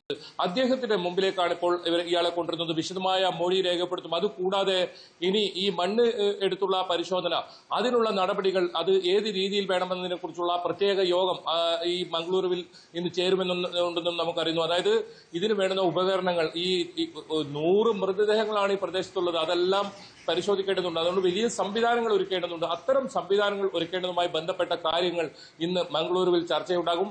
നമുക്കറിയാം, ധർമ്മസ്ഥല, ബൽത്തങ്ങാടി ഭാഗങ്ങളിലെ ഇതിന് ഹെഡ്ക്വാർട്ടേഴ്സ് എന്നറിയപ്പെടുന്നത് മംഗളൂരുവിലാണ്. മംഗളൂരുവിലെ ദക്ഷിണ കന്നഡ ജില്ലാ SP കെ അരുണിനാണ് ഇതിന്റെ ചുമതല. എന്തായാലും അത്തരം കാര്യങ്ങളിലേക്ക് പോലീസ് കടക്കുന്നു. അതിനിടയിൽ തന്നെയാണ് നമ്മളിപ്പോൾ കഴിഞ്ഞ ഇപ്പോൾ റിപ്പോർട്ട് ചെയ്തത്, ഈ ആക്ഷൻ കമ്മിറ്റി വലിയ പ്രതിഷേധത്തിലാണ്. കാരണം ദിവസങ്ങൾ ഒരുപാട് കഴിഞ്ഞിരിക്കുന്നു. മൊഴിയും തെളിവും നൽകി ശുചീകരണ തൊഴിലാളി, അത് പോലീസിൽ ആദ്യം നൽകി, പിന്നീട് പോലീസ് നടപടിയില്ലാത്തതിനെ തുടർന്ന് കോടതിയിലേക്ക് നേരിട്ടെത്തി ഇത്തരത്തിൽ മൊഴി നൽകേണ്ട സാഹചര്യം ഉണ്ടായിരുന്നു. അതിനൊപ്പം സ്വന്തം നിലയിൽ ഇത്തരത്തിൽ കുഴിച്ചെടുത്ത ഇതിന് തെളിവായ തലയോട്ടി, അതായത് മൃതദേഹ അവശിഷ്ട ഭാഗങ്ങൾ ഇത്തരത്തിൽ കോടതിയിൽ ഹാജരാക്കുക വരെ ചെയ്തു. എന്നിട്ടും ഈ കേസിൽ ദിവസങ്ങൾ കഴിഞ്ഞിട്ടും പോലീസ് നടപടി സ്വീകരിച്ചിട്ടില്ല. മാത്രമല്ല, ഈ പ്രദേശം ഇപ്പോൾ 100ഓളം മൃതദേഹങ്ങൾ കുഴിച്ചിട്ടുണ്ടെന്ന് പറയുന്ന പ്രദേശം, അവിടെ പോലീസ് കാവലോ അങ്ങനെ ഒരു സംവിധാനം ഒന്നും തന്നെ ഇപ്പോൾ ഏർപ്പെടുത്തില്ല. അതുകൊണ്ട് തന്നെ ആക്ഷൻ കമ്മിറ്റിയുടെ നേതൃത്വത്തിൽ ഈ പ്രദേശത്തിൽ കൃത്യമായ നിരീക്ഷണം നടത്തുന്നുണ്ട്. ഏതെങ്കിലും തരത്തിൽ അട്ടിമറി നടക്കാൻ സാധ്യതയുണ്ടെന്ന ഇവരുടെ ആ രീതിയിലുള്ള ഒരു തീരുമാനമുണ്ട്. അതുകൊണ്ട് തന്നെ ഈ പ്രദേശത്ത് ആക്ഷൻ കമ്മിറ്റി വലിയ നിരീക്ഷണം നടത്തുന്നുണ്ട്. എന്തായാലും ഈ സംഭവത്തിൽ ഈ ചുരുളഴിയാൻ, അതായത് പതിറ്റാണ്ടുകൾ മുമ്പുള്ള അതിനീചമായ ക്രൂരമായ കൊലപാതകങ്ങളുടെ ചുരുളഴിയാൻ ഇനി ഏതാനും മണിക്കൂറുകൾ മാത്രമേ ഉള്ളൂ എന്ന് തന്നെയാണ് നമുക്ക് മനസ്സിലാക്കാൻ സാധിക്കുന്നത്. ആക്ഷൻ കമ്മിറ്റിയുടെ പ്രതിഷേധത്തിന് ഫലം കണ്ടു തുടങ്ങി. പോലീസ് അതിന്റെ നടപടികൾ ആരംഭിച്ചു. അതിനു മുന്നോടിയായാണ് ശുചീകരണ തൊഴിലാളിയെ മംഗളൂരിലെത്തിക്കുന്നതും ഇയാളുടെ കൂടുതൽ മൊഴികൾ പോലീസ് രേഖപ്പെടുത്തുന്നതും. ഈ നേരത്തെ കോടതിക്ക് നൽകിയതിനപ്പുറം ഒരുപാട് കാര്യങ്ങൾ ഇയാൾക്കറിയാം. മാത്രമല്ല, ഈ കേസിൽ ആരൊക്കെ ഉൾപ്പെട്ടിട്ടുണ്ട് അത്തരം വിവരങ്ങളും ഇയാൾക്കറിയാം. അതൊക്കെ കോടതിയിൽ ഇദ്ദേഹം രഹസ്യമൊഴിയായി നൽകിയിട്ടുണ്ട്. അത് ഒരുപക്ഷെ പോലീസ് ഇന്ന് ചോദിച്ചറിയും. അങ്ങനെയാണെങ്കിൽ ഒരു ഭാഗത്ത് മണ്ണെടുത്ത് പരിശോധന നടത്തുന്നു, അതിനും മറ്റൊരു ഭാഗത്ത് ഇതിൽ ഉൾപ്പെട്ടവരെ, പ്രതികളായവരെ ചോദ്യം ചെയ്യുന്നത് ഉൾപ്പെടെയുള്ള നടപടിയിലേക്ക് പോലീസ് കടന്നേക്കും. എന്തായാലും city police commissioner doctor K അരുണിൽ വലിയ വിശ്വാസം നേരത്തെ തന്നെ കഴിഞ്ഞ ദിവസങ്ങളിലൊക്കെ ആക്ഷൻ കമ്മിറ്റി പുലർത്തിയിരുന്നു. അദ്ദേഹം ഒരുപാട് കേസുകളിൽ, കർണാടകയുടെ പല ഭാഗങ്ങളിൽ അദ്ദേഹത്തിന് ഡ്യൂട്ടി ഉണ്ടാകുന്ന സമയത്ത് പല കേസുകളിലും തെളിവുണ്ടാക്കിയ ഒരാളാണ്. അതുകൊണ്ട് തന്നെ ഇന്നത്തെ ഈ ശുചീകരണ തൊഴിലാളിയുടെ മൊഴി അത് വളരെ നിർണായകമാണ്. പോലീസ് അതിനനുസരിച്ച് ഇനി നടപടികളുമായി മുന്നോട്ട് പോകും. എന്തായാലും ഒരുപാട് മൃതദേഹങ്ങൾ ഈ പ്രദേശത്തുണ്ട്. അത് ഈ ശുചീകരണ തൊഴിലാളി കുഴിച്ചിട്ടത് കൂടാതെ കൂടുതലുണ്ട്. അങ്ങനെയാണെങ്കിൽ ഇതിൽ പ്രതികളെ പോലീസ് ഇത്തരത്തിൽ ചോദ്യം ചെയ്യുകയാണെങ്കിൽ കൂടുതൽ ഞെട്ടിപ്പിക്കുന്ന വിവരങ്ങളായിരിക്കും പുറത്തു വരിക. എന്തായാലും മലയാളികളും ഉൾപ്പെട്ടിട്ടുണ്ടെന്ന സ്ഥിരീകരണവും നേരത്തെ തന്നെ നമ്മൾ തന്നെ നൽകിയതാണ്. എന്തായാലും ഈ പ്രദേശത്ത് ഇപ്പോൾ വലിയ തോതിലുള്ള പ്രതിഷേധം ഉയരുന്നുണ്ട്. ഈ കേസ് അന്വേഷണം വൈകുന്നതിന് എതിരെ. അതിനിടയിലാണ് ഇത്തരത്തിൽ മംഗളൂരുവിലേക്ക് ഇദ്ദേഹത്തെ കൊണ്ടുവരുന്നത്. വലിയ സുരക്ഷാ സംവിധാനത്തോടുകൂടി ഏതെങ്കിലും തരത്തിൽ തിരിച്ചറിയാൻ കഴിയാത്ത രീതിയിൽ ഐഡന്റിഫിക്കേഷൻ അത്രത്തോളം പ്രധാനമാണ്. ഈ ശുചീകരണ തൊഴിലാളിയുടെ ഇദ്ദേഹം ഏത് സമയത്തും ഇദ്ദേഹത്തിനെതിരെ അക്രമം ഉണ്ടാവും അല്ലെങ്കിൽ കൊല്ലപ്പെട്ടു പോകുമെന്ന ഒരു വിശ്വാസം ഇദ്ദേഹത്തിനുമുണ്ട്. അതുകൊണ്ട് തന്നെയാണ് മുഴുവൻ തെളിവുകളും ഇദ്ദേഹത്തിന്റെ സുപ്രീം കോടതി അഭിഭാഷകന് കൈമാറിയതിനു ശേഷം കോടതിയിൽ ഹാജരാകുന്നതും അതാണ് ബൈജു ഇവിടുത്തെ ഏറ്റവും വലിയ വെല്ലുവിളി എന്ന് പറയുന്നത്. ഇവിടെ ഇപ്പോൾ ഈ കൊലപാതകത്തിന്റെ കൂടുതൽ ചുരുളഴിയണം, കുറ്റക്കാർ ശിക്ഷ അനുഭവിക്കണം, അവരെ രംഗത്തേക്ക് എത്തിക്കണം എന്ന് പറയുന്ന ആവശ്യപ്പെടുന്ന ആളുകളെല്ലാം ഒരേപോലെ നേരിടുന്ന വെല്ലുവിളി, ഭീഷണി എന്ന് പറയുന്നത് ഈ പ്രതിസ്ഥാനത്ത് നിൽക്കുന്ന വ്യക്തികളുടെ പവറാണ്. അവർക്ക് മണി പവറുണ്ട്, പൊളിറ്റിക്കൽ പവറുണ്ട്. അത് എത്രത്തോളം വലിയ ശക്തിയാണ്, എത്രത്തോളം വലിയൊരു ഗ്യാങ് ആണ്, അവിടുത്തെ പവർ ഗ്രൂപ്പാണ് എന്നുള്ളതിനെ കുറിച്ചൊക്കെ നമ്മൾ നിരന്തരം സംസാരിച്ചുകൊണ്ടിരിക്കുന്നതാണ്, വാർത്തകൾ പ്രേക്ഷകരിലേക്ക് എത്തിക്കുന്നതുമാണ്. ബൈജു അവിടെ റിപ്പോർട്ട് ചെയ്യാൻ പോയ ഘട്ടത്തിൽ പോലും തിക്താനുഭവങ്ങൾ ഉണ്ടായിട്ടുണ്ട്. അപ്പോൾ ഈ ആക്ഷൻ കൗൺസിലടക്കം ഒരു പരാതി ഉണ്ടോ, അല്ലെങ്കിൽ ഒരു ആശങ്കയുണ്ടോ, ഏതെങ്കിലും ഘട്ടത്തിൽ ഈ അന്വേഷണം വീണ്ടും വഴിമുട്ടിപ്പോയേക്കാം, അതിന് തടയിടാൻ ആളുകൾ, ഈ പ്രതികളുടെ ഭാഗത്ത് നിന്ന് അവർക്ക് പിന്തുണ നൽകുന്ന ആളുകൾ രംഗത്തേക്ക് വന്നേക്കാം എന്ന ആശങ്ക ഇപ്പോഴും നിലനിൽക്കുന്നുണ്ടോ?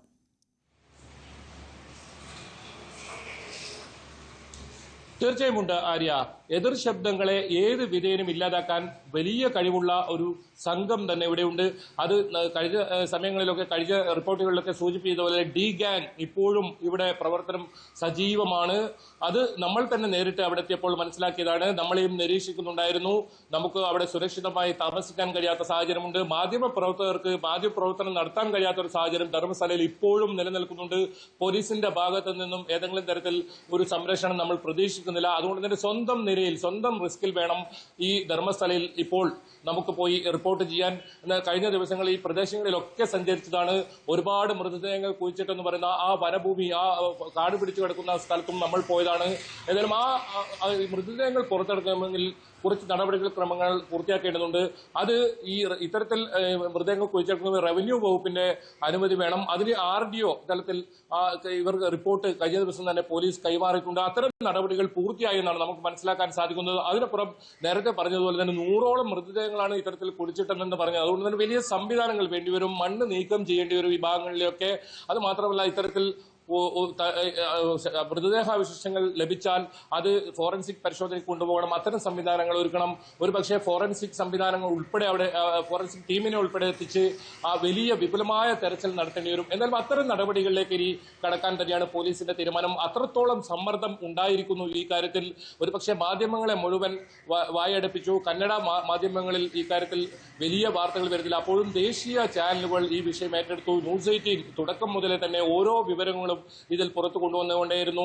അത്തരത്തിൽ വലിയ സമ്മർദ്ദം ഇപ്പോൾ ഈ സംസ്ഥാന സർക്കാരിനും അതുപോലെ തന്നെ പോലീസിന് നേരെയും ഉണ്ടായിട്ടുണ്ട്. അതുകൊണ്ട് തന്നെ അതിലൊരു കാലതാമസം ഉണ്ടാവില്ല. അപ്പോഴും ആര്യ സൂചിപ്പിച്ചതുപോലെ തന്നെ അവിടെ വലിയ തോതിലുള്ള ഭീഷണി ഇപ്പോഴും നിലനിൽക്കുന്നുണ്ട്. പുറത്തിറങ്ങി ദൃശ്യം ചിത്രീകരിക്കാനൊന്നും ടൗണിൽ പറ്റില്ല. കാരണം അത്രത്തോളം ഈ ഗ്യാങ് അവിടെ ഉണ്ട്. അത് പല മേഖലകളിലുണ്ട്, പല രൂപത്തിലുണ്ട്. ഇവരുടെ ആളുകൾ അത്രത്തോളം പ്രബലരായ ആളുകളാണ്. ഇവർ പണവും സ്വാധീനവും ഉപയോഗിച്ചാണ് ഇത്തരത്തിൽ വലിയ തോതിലുള്ള കൊലപാതകങ്ങൾ നടന്നത്. കഴിഞ്ഞ സമയങ്ങളിലൊക്കെ റിപ്പോർട്ട് ചെയ്തതുപോലെ 484 മരണങ്ങൾ ഒരു 10 വർഷത്തിനിടെ മാത്രം പോലീസിന്റെ ഔദ്യോഗിക രേഖയിൽ തന്നെയുണ്ട്.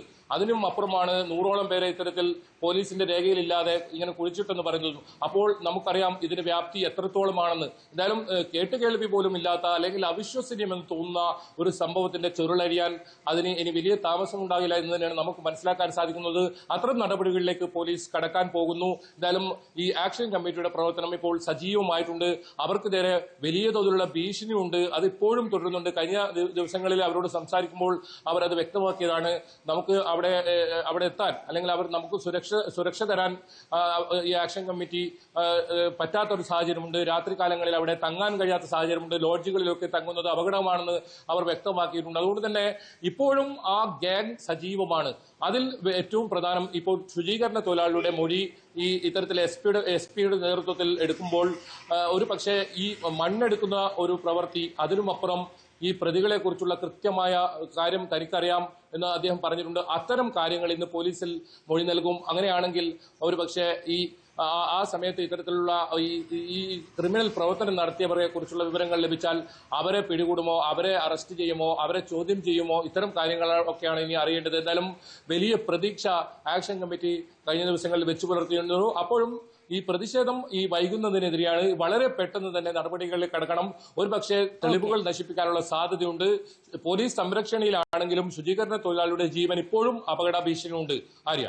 യെസ്, തീർച്ചയായും. KV ബൈജു ആണ് വിശദാംശങ്ങളുമായി ചേർന്നത്. എന്തായാലും ധർമ്മസ്ഥല കൊലപാതക പരമ്പരയിലെ ശുചീകരണ തൊഴിലാളിയെ മംഗളൂരുവിലേക്ക് കൊണ്ടുവരുന്നു എന്നതാണ് ഈ ഘട്ടത്തിലെ ഏറ്റവും പ്രധാന അപ്ഡേറ്റ് ഈ വിഷയത്തിൽ. ഒപ്പം മണ്ണ് നീക്കം ചെയ്തുള്ള പരിശോധന സംബന്ധിച്ച് ഇന്നൊരു തീരുമാനം ഉണ്ടാകും. എറണാകുളം നോർത്ത് പാലത്തിന് സമീപം തീപിടുത്തം. ഫർണിച്ചർ കടയ്ക്കാണ് പുലർച്ചെ തീപിടിച്ചത്. 7 യൂണിറ്റ് ഫയർഫോഴ്സ് എത്തിയാണ് തീ അണച്ചത്. തീപിടുത്തത്തിന്റെ കാരണം വ്യക്തമല്ല.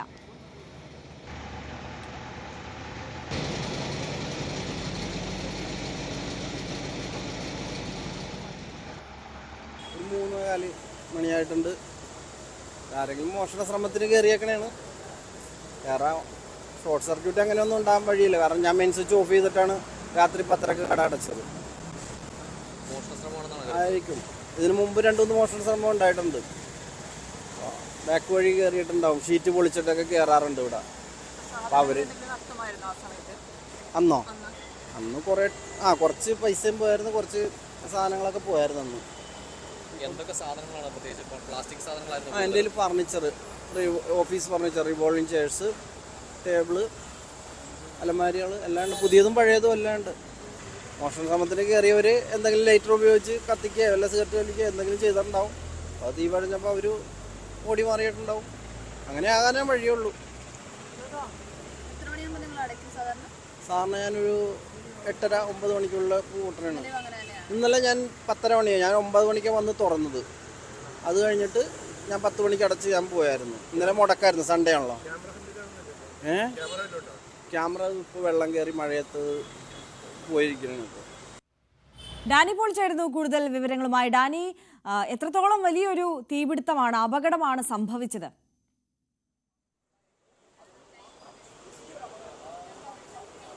ആര്യ, തീപിടുത്തം അവിടെ ഫർണിച്ചർ ഷോപ്പിനാണ്. അതിനു മുമ്പ് ഒരു കാര്യം കൂടി, ഇതിന് തൊട്ടപ്പുറത്ത് ഇതിനൊരു അപകടാവസ്ഥ പറയുക, ഇതിന് തൊട്ടപ്പുറം എതിർഭാഗത്താണ് ഒരു പെട്രോൾ ബങ്ക് ഉള്ളത്.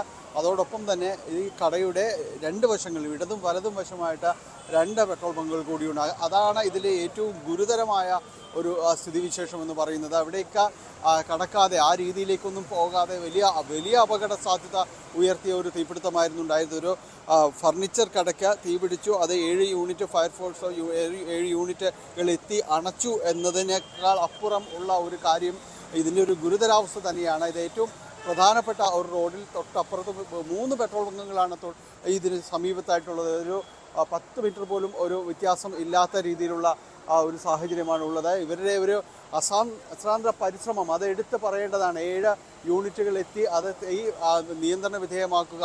ഇന്ന് 3 മണിയോടുകൂടിയാണ്, പുലർച്ചെ 3 മണിയോടെയാണ് തീപിടുത്തമുണ്ടായത്.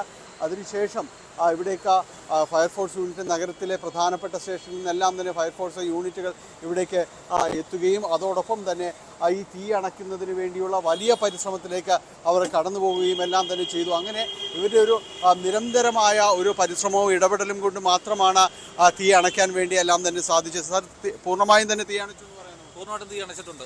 വലിയ അപകട സാധ്യതയുള്ള കാര്യമാണ്. ചുറ്റും പെട്രോൾ ബങ്കുകൾ, അത് തന്നെ വലിയ അപകട സാധ്യതയുള്ള ഒരു തീപിടുത്തം തന്നെ ആയിരുന്നു. അതായത് വിവിധ നിലയങ്ങളിൽ നിന്നും ഏകദേശം 50ഓളം ജീവനക്കാർ മണിക്കൂറോളം വർക്ക് ചെയ്തിട്ടാണ് നമുക്ക് നിയന്ത്രിക്കാൻ സാധിച്ചത്. എന്തെങ്കിലും അനുമാനം ഉണ്ടോ? അല്ല, അതിൻ്റെ ഓണർ പറഞ്ഞത് അതായത് മെയിൻ സ്വിച്ച് ഓഫ് ചെയ്തിട്ടാണ് പോകുന്നതെന്നാണ് പറഞ്ഞത്. അതുകൊണ്ട് അതുമായി ബന്ധപ്പെട്ട് നമുക്ക് ഒന്നും അനുമാനിക്കാൻ സാധിക്കുന്നത് ഇനി അന്വേഷണത്തിൽ നമുക്ക് അറിയാൻ സാധിക്കും. വലിയൊരു അപകടമാണ് ഒഴിവാക്കിയിട്ടും. തീർച്ചയായിട്ടും. അതായത് 2 പെട്രോൾ പമ്പ്, ഹോട്ടൽ സമുച്ചയം, ബാക്കിൽ കെട്ടിടങ്ങൾ, ഇതെല്ലാം നമുക്ക് നിയന്ത്രിക്കാൻ സാധിച്ചു. ഏകദേശം 5 യൂണിറ്റ്, 5 സ്റ്റേഷൻ, 8 യൂണിറ്റോളം വർക്ക് ചെയ്തിട്ടുണ്ട്. നിരന്തരമായിട്ട് വണ്ടി വെള്ളം റീഫിൽ ചെയ്തുകൊണ്ടായിരുന്നു വർക്ക് ചെയ്തത്. ആര്യ, ഇതാണ് ഈ നിൽക്കുന്ന സത്യത്തിൽ ഒരു വലിയ അപകടത്തിൽ നിന്ന് കൊച്ചി നഗരത്തെ കാക്കുകയായിരുന്നു. ഈ നിൽക്കുന്ന യൂണിറ്റുകളെല്ലാം തന്നെയും അവർ നിരന്തരമായ ഇന്ന് പുലർച്ചെ മുതൽ 3 മണി മുതൽ തുടങ്ങിയ അവരുടെ ശ്രമം ഇപ്പോഴും തുടർന്നുകൊണ്ടേയിരിക്കുന്നു എന്നതാണ്. അദ്ദേഹം പറഞ്ഞതുപോലെ വിവിധ യൂണിറ്റുകളെത്തി വെള്ളം ഫില്ല് ചെയ്ത ഈ ചുറ്റുപാടും നഗരത്തിലെ ഏറ്റവും പ്രധാനപ്പെട്ട ഒരു മേഖലയിലാണ് ഈ തീപിടുത്തം ഉണ്ടായത്. അത് നിയന്ത്രിക്കാൻ സാധിച്ചു എന്നത് വലിയ നേട്ടം തന്നെയാണ്. ചുറ്റുപാട് 3 പെട്രോൾ ബങ്കുകൾ ഉൾപ്പെടെയുള്ള ഒരു സംവിധാനങ്ങളുള്ളപ്പോൾ നേരത്തെ അതിൻ്റെ ഉടമസ്ഥൻ പറഞ്ഞതുപോലെ ഒരു മോഷണ ശ്രമത്തിനുള്ളൊരു സാധ്യതയാണ് കാണുന്നത്. ഇത് ഫർണിച്ചർ ഷോപ്പ് എന്ന് പറയുമ്പോൾ ഇത് ഓഫീസ് ഫർണിച്ചറുകൾ, അവർ സെക്കൻഡ് ഹാൻഡ് ഫർണിച്ചറുകൾ എടുത്ത് അത് ഒന്നുകൂടി മോഡിഫൈ ചെയ്ത് അത് വിൽക്കുന്ന ഒരു കടയാണ്. വലിയ രീതിയിലുള്ള സംഭരണവും എല്ലാം തന്നെ ഇവിടെ ഉണ്ട്. അത്തരം ഫർണിച്ചറുകളുടെ സംഭരണവും കാര്യങ്ങളും എല്ലാം തന്നെ ഇവിടെ ഉണ്ട്. ഇപ്പോഴും ഇവിടെ തീ പടരുന്നു. ചുറ്റുപറ്റത്തുള്ള കെട്ടിടങ്ങളുണ്ട്. ആ കെട്ടിടങ്ങളിലേക്ക് എല്ലാം വളരെ തൊട്ടടുത്താണ് കെട്ടിടങ്ങളുള്ളത്. അതിനപ്പുറത്തൊരു ഹോട്ടലെല്ലാം പ്രവർത്തിക്കുന്നുണ്ടായിരുന്നു. അവിടേക്കെല്ലാം തീ പടരുന്നതിന് മുൻപ് തന്നെ കെടുത്താനായിട്ട് സാധിച്ചു. ഇപ്പോഴും അതിനകത്ത് നടക്കുന്ന പ്രവർത്തനങ്ങൾ, ഈ ഫർണിച്ചറുകൾ, സോഫ, അതിൻ്റെ മെറ്റീരിയലും കാര്യങ്ങളും ഉണ്ട്, അസംസ്കൃത വസ്തുക്കളെല്ലാം ഉണ്ട്. അപ്പോൾ ഇതെല്ലാം തന്നെ ഇപ്പോഴും പുകഞ്ഞുകൊണ്ടേയിരിക്കുകയാണ്. അതുകൊണ്ട് ഈ തീ പടരുന്നത് അത് ഒഴിവാക്കിയെങ്കിലും അതിൻ്റെ പൂർണ്ണമായും അത് കെടുത്തുക എന്നൊരു ദൗത്യം കൂടി ബാക്കിയുണ്ട്. അതിങ്ങനെ പുകച്ചുരുളുകളായിട്ട് ഇവിടെ എല്ലാം ഉണ്ട്. ചുറ്റുപാടുകളിലെല്ലാം ബുദ്ധിമുട്ടുകൾ ഉണ്ടാക്കുന്ന രീതിയിൽ അത് പൂർണ്ണമായും കെടുത്തുക എന്ന ഒരു ഉദ്യമത്തിലാണ് അകത്ത് ഫയർഫോഴ്സ് യൂണിറ്റുകൾ, അവരെ അഗ്നിരക്ഷാ സേനാംഗങ്ങളെല്ലാം തന്നെ ചെയ്തുകൊണ്ടിരിക്കുന്നത്. ഏതായാലും വലിയൊരു അപകടത്തിൽ നിന്ന് തലനാരിഴയ്ക്ക് രക്ഷപ്പെട്ടു എന്ന് തന്നെയാണ് ഈ സ്ഥിതിയിൽ നമുക്ക് പറയാൻ കഴിയുക. നഗരമധ്യത്തിൽ അത് ചുറ്റുപാടും 1 അല്ല 3 പെട്രോൾ ബങ്കുകളാണ് ചുറ്റുപാടുമുള്ളത്. അതായത് നേരെ എതിരെയുള്ളതും പെട്രോൾ ബങ്ക് തന്നെയാണ്. അങ്ങനെ ഒരുപക്ഷെ ആ ഇടപെടലുകൾ അഗ്നിരക്ഷാസേനയുടെ ഇടപെടലുകളെല്ലാം തന്നെ വൈകിയായിരുന്നെങ്കിൽ വലിയ അപകടത്തിലേക്കെല്ലാം തന്നെ പോകുമായിരുന്നു. പക്ഷേ വളരെ ചടുലമായി അവർ ഇതിലേക്ക് ഇടപെടുകയും മുഴുവൻ യൂണിറ്റുകളും ഇവിടെ നിന്ന് പ്രവർത്തിക്കുകയും എല്ലാം തന്നെ ചെയ്തു. ഇപ്പോൾ നഗരം സജീവമായി വരുന്ന ഒരു സമയമാണ്. കൂടുതൽ വാഹനങ്ങൾ ഇതിലേക്ക് വരുന്ന സമയമാണ്. മുഖ്യ നിരത്തായതുകൊണ്ട് ഇവിടെ ഒരു ഗതാഗത ക്ലേശവും അനുഭവപ്പെട്ടു തുടങ്ങിയിട്ടുണ്ട്. വൈകാതെ ഇത് പൂർണ്ണമായും തീ നിയന്ത്രിച്ചതിന് ശേഷം റോഡ് പൂർണ്ണമായും തന്നെ തുറന്നു കൊടുക്കും. ഏതായാലും വലിയൊരു അപകടത്തിൽ നിന്ന് തലനാരിഴയ്ക്ക് ഈ കൊച്ചി നഗരം രക്ഷപ്പെട്ടു എന്ന് തന്നെയാണ് ഒറ്റ വാക്കിൽ നമുക്കത് പറയാനാവുക. പലപ്പോഴും ഈ രീതിയിലുള്ള നേരത്തെയും ഈ പാഴ്വസ്തുക്കൾ വിൽക്കുന്ന സംഭരണ കേന്ദ്രങ്ങൾ അവിടങ്ങളിലെല്ലാം തന്നെ പലപ്പോഴും തീപിടുത്തങ്ങൾ ഉണ്ടാകുന്നത് വലിയ ഭീഷണി ഉയർത്താറുണ്ട്. പക്ഷേ ഇത്രയും ഒരു അപകട സാധ്യത ചുറ്റുപാടുകൾ അതിലേക്ക് എത്തിച്ചിട്ടില്ല. ഇതേതായാലും നല്ല ഇടപെടൽ കൊണ്ട് തന്നെയാണ് ഇത് ഈ രീതിയിൽ അത് നിയന്ത്രിച്ച് നിർത്താനായിട്ട് കഴിഞ്ഞത്. ആര്യ, തീർച്ചയായും ഡാനി പോളാണ് സംഭവ സ്ഥലത്ത് നിന്ന് നമുക്കൊപ്പം ചേർന്നത്. എറണാകുളം നോർത്ത് പാലത്തിന് സമീപത്താണ് ഈ തീപിടുത്തം ഉണ്ടായത്, ഫർണിച്ചർ കടയിൽ. ഡാനി സൂചിപ്പിച്ചതാണ് ഈ വിഷയത്തിലെ ഏറ്റവും പ്രധാനപ്പെട്ട കാര്യം. അതായത് തൊട്ടടുത്ത് തന്നെ 3 പെട്രോൾ പമ്പുകളാണ് ഉള്ളത്. അപ്പോൾ അതിന് സമീപത്തായി ഇത്തരത്തിൽ വലിയൊരു ഫർണിച്ചർ കടയ്ക്ക് തീപിടുത്തം ഉണ്ടാകുമ്പോൾ അത് ഉണ്ടാക്കിയേക്കാമായിരുന്ന വലിയ ദുരന്തം അത് കൃത്യമായ ഇടപെടലിലൂടെ പരിഹരിക്കാൻ സാധിച്ചു എന്നതാണ് ഏറ്റവും ആശ്വാസകരം. ഇപ്പോൾ തീ പൂർണ്ണമായും നിയന്ത്രണ വിധേയമാക്കാൻ സാധിച്ചിട്ടുണ്ട്. നമ്മൾ മറ്റ് വാർത്തകളിലേക്ക് കൂടി കടക്കുകയാണ്. കേരള സർവകലാശാല ആസ്ഥാനത്തേക്ക് വൈസ് ചാൻസലർ മോഹനൻ കുന്നുമ്മൽ എത്തുന്നതിൽ ആശയക്കുഴപ്പം തുടരുന്നു. സമാനതകളില്ലാത്ത പ്രതിസന്ധിയിലൂടെ സർവകലാശാല പോകുമ്പോഴും ആഴ്ചകളായി VC ഓഫീസിൽ എത്തിയിട്ടില്ല. സുരക്ഷ ഉറപ്പാക്കാതെ എത്താനാകില്ലെന്ന നിലപാടിലാണ് VC. ഈ ഫയലുകളുടെ നിയന്ത്രണം ഏറ്റെടുക്കാനുള്ള VCയുടെ ശ്രമവും വിജയിച്ചിട്ടില്ല. VC സർവകലാശാല ആസ്ഥാനത്തെത്തിയാൽ ശക്തമായ പ്രതിഷേധം ഉയർത്താനാണ് SFIയുടെ തീരുമാനം. സാരംഗ് സുധാകരൻ കൂടുതൽ വിശദാംശങ്ങളുമായി നമുക്കൊപ്പം ചേരുകയാണ്. Sarang, good morning. ഇപ്പോൾ ദിവസങ്ങൾ പിന്നിടുന്നു. അസാധാരണമായ ഭരണപ്രതിസന്ധി, സമാനതകളില്ലാത്ത വലിയ പ്രതിഷേധത്തിനുമൊക്കെ സർവകലാശാല ആസ്ഥാനം സാക്ഷ്യം വഹിക്കാൻ തുടങ്ങിയിട്ട് കാലുകുത്താൻ VCയെ അനുവദിക്കില്ല ആസ്ഥാനത്ത് എന്നുള്ള നിലപാടിൽ ഉറച്ചു നിൽക്കുകയാണ് SFI. വലിയ പ്രതിഷേധം ഉയരുന്ന സാഹചര്യം ഉള്ളതിനാൽ തന്നെ VCയും അവിടേക്ക് ഇതുവരെയും എത്താൻ സാധിച്ചിട്ടില്ല. അപ്പോൾ ഇനി അദ്ദേഹത്തിന്റെ ചുമതലയൊക്കെ നിർവഹിക്കണമെങ്കിൽ ഇനി എന്താണ് അദ്ദേഹം പ്ലാൻ ചെയ്യുന്നത്? മുന്നിൽ എന്താണ് അദ്ദേഹം ഉദ്ദേശിക്കുന്നത്? ഏത് തരത്തിൽ ഈ പ്രതിസന്ധിയെ മറികടക്കാൻ സാധിക്കും എന്നുള്ളതാണ്. ഗവർണറുടെ ഒരു ഇടപെടൽ ഈ വിഷയത്തിൽ ഉണ്ടാകുമെന്ന് പ്രതീക്ഷിക്കണോ? എന്താണ് സാഹചര്യം? സാരംഗ്. Good morning Arya.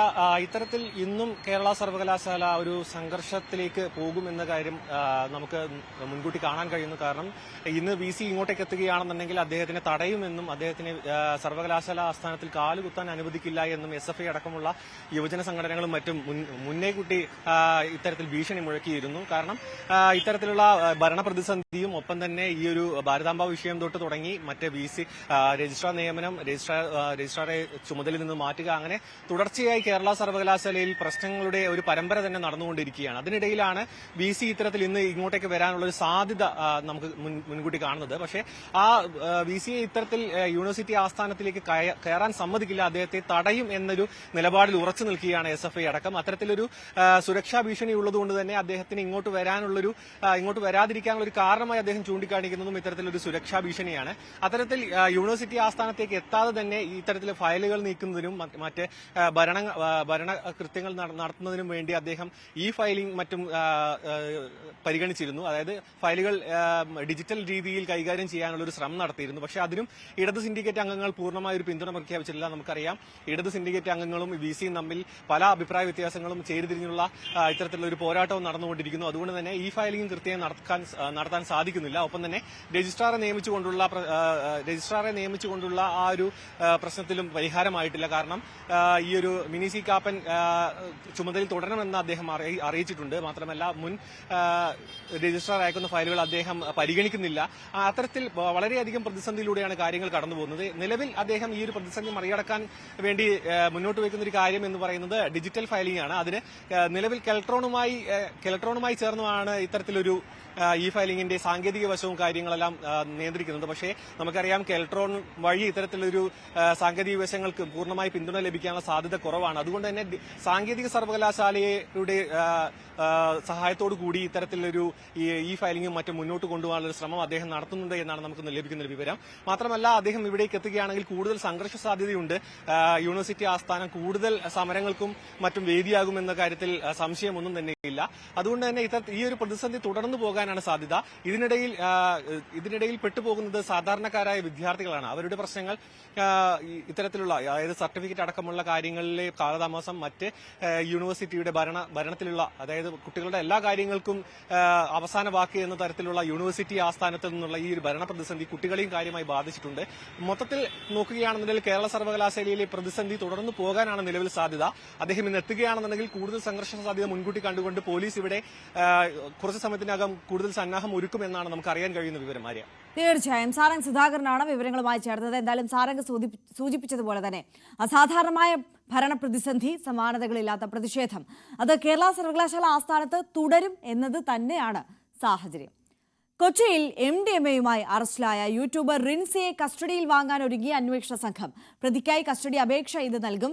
സിനിമയിലെ ലഹരി ഇടപാടുമായി ബന്ധപ്പെട്ട് കൂടുതൽ വിവരങ്ങൾ ചോദിച്ചറിയുകയാണ് പോലീസിന്റെ ലക്ഷ്യം.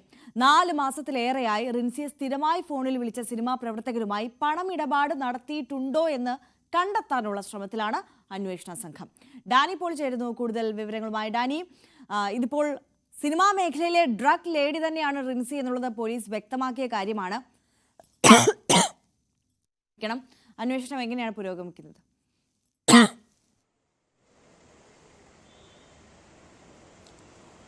ആര്യ, അന്വേഷണം പുരോഗമിക്കുന്നു. ഇതിൽ ഏറ്റവും പ്രധാനപ്പെട്ടതെന്ന് പറയുന്നത് ഇവരുടെ ഒരു വിശേഷം തന്നെയാണ്. സിനിമാ മേഖലയിലെ ഡ്രഗ് ലേഡി എന്ന് വിശേഷിപ്പിക്കപ്പെടുന്നു. ഇവർക്ക് കൂടുതൽ നിരന്തരമായിട്ട് അവർക്ക് മറ്റുള്ളവരുമായിട്ട് അവർക്ക് അടുത്ത ബന്ധം അവർ പുലർത്തിയിരുന്നതായിട്ട് കണ്ടെത്തിയിട്ടുണ്ട്. അതിന് ഇവർ പറയുന്നത് ഇവരൊരു സിനിമാ പ്രൊമോഷൻ കമ്പനിയുടെ ഭാഗമായിരുന്നു. ഇവർ സ്വന്തം നിലയിലും എല്ലാം തന്നെ നടത്തിയിട്ടുണ്ട്. അതുകൊണ്ട് ഇവരുമായിട്ടെല്ലാം തന്നെ തനിക്ക് ഫോൺ വിളിക്കേണ്ടി വരുന്നു, അവരുമായിട്ട് കൂടിക്കാഴ്ചകൾ നടത്തേണ്ടി വരുന്നു, സിനിമാ സെറ്റുകളിൽ പോകേണ്ടി വരുന്നു എന്നതെല്ലാം തന്നെ പറഞ്ഞിട്ടുണ്ട്. സാങ്കേതികമായ അത്തരം കാര്യങ്ങളെല്ലാം തന്നെ അവർക്ക് പറയുകയും ചെയ്യാം. പക്ഷേ അത് തന്നെയായിരുന്നു അവർ മറയാക്കിയത് എന്ന് തന്നെയാണ് പറയുന്നത്. കാരണം ഇത്തരം ഈ ഒരു സാഹചര്യം അവർ എടുത്തു. അവർ ഈ ഒരു അടുപ്പം ഏത് സിനിമാ സെറ്റുകളിലേക്കും ഏത് നടന്മാരെയും നടിമാരെയും എല്ലാം തന്നെ മീറ്റ് ചെയ്യാൻ പറ്റുന്ന രീതിയിലേക്ക്, കൂടിക്കാഴ്ചകൾ നടത്താൻ പറ്റുന്ന രീതിയിലേക്ക് അവർക്കെല്ലാം ആ പ്രൊഫഷൻ കൊണ്ട് മുന്നോട്ട് പോകാൻ കഴിഞ്ഞു. പക്ഷേ അതെല്ലാം വളരെ അതിസമർത്ഥമായിട്ട് തന്നെ അവരുടെ മയക്കുമരുന്ന് വിപണനത്തിന് ഉപയോഗിച്ചിട്ടുണ്ട് എന്ന് തന്നെയാണ് പോലീസിൻ്റെ ഒരു അന്വേഷണത്തിൽ കണ്ടെത്തുന്നത്. അപ്പോൾ ഇവരുമായി ബന്ധപ്പെട്ടിരുന്ന കൂടുതൽ ആളുകളിലേക്ക് അന്വേഷണം ചെല്ലേണ്ടതുണ്ട്. പ്രത്യേകിച്ച് സിനിമാ മേഖല സംബന്ധിയായ കാര്യങ്ങളിൽ ഈ മയക്കുമരുന്നുമായി ബന്ധപ്പെട്ടുകൊണ്ടുള്ള വിഷയങ്ങളിൽ വലിയ ചർച്ചകൾ നേരത്തെയും നടന്നിട്ടുണ്ട്. പല ആരോപണങ്ങളും ഉയർന്നിട്ടുള്ള ഒരു മേഖല കൂടിയാണ്.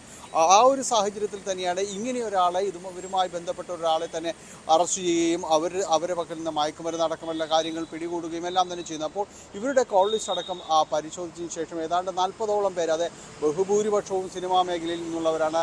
നടന്മാരും സംവിധായകരും ഉൾപ്പെടെയുള്ളവർ ഇതിൽ ഉണ്ട് എന്ന് പറയപ്പെടുന്നു. അപ്പോൾ ഇവരുടെ വിശദാംശങ്ങൾ ചോദിച്ചറിയേണ്ടത് എന്താണ്.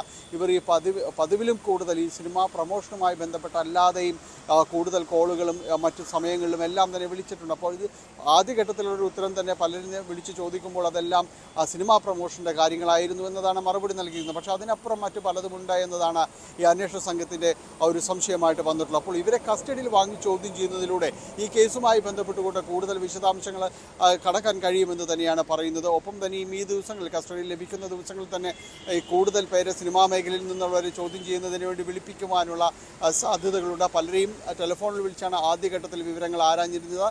പക്ഷേ റിൻസിയെ ചോദ്യം ചെയ്യുന്നതിലൂടെ ലഭിക്കുന്ന വിവരങ്ങളുടെ അടിസ്ഥാനത്തിൽ ഇവരെ കുറെ കൂടി വിശദമായി ചോദ്യം ചെയ്യാൻ തന്നെയാണ് നീക്കം നടക്കുന്നത്. ഏതായാലും ഇന്ന് കസ്റ്റഡിയിലേക്ക് വാങ്ങിക്കുകയാണ്. വളരെ നിർണായകമായ ചോദ്യം ചെയ്യൽ തന്നെയായിരിക്കും ഇനി ഉണ്ടാകുക. ഇതുമായി ബന്ധപ്പെട്ടുകൊണ്ട് ഈ കേസുമായി ബന്ധപ്പെട്ട സിനിമാ മേഖലയിൽ ഇവർക്ക് എത്രത്തോളം സ്വാധീനമുണ്ടായിരുന്നു, അവർ ഈ പറയുന്ന വിശേഷണം പോലെ തന്നെയായിരുന്നു അവരുടെ പ്രവർത്തനം എന്നതടക്കമുള്ള കാര്യങ്ങൾ വരും ദിവസങ്ങളിൽ തന്നെ ബോധ്യപ്പെടുന്നതുമാവും.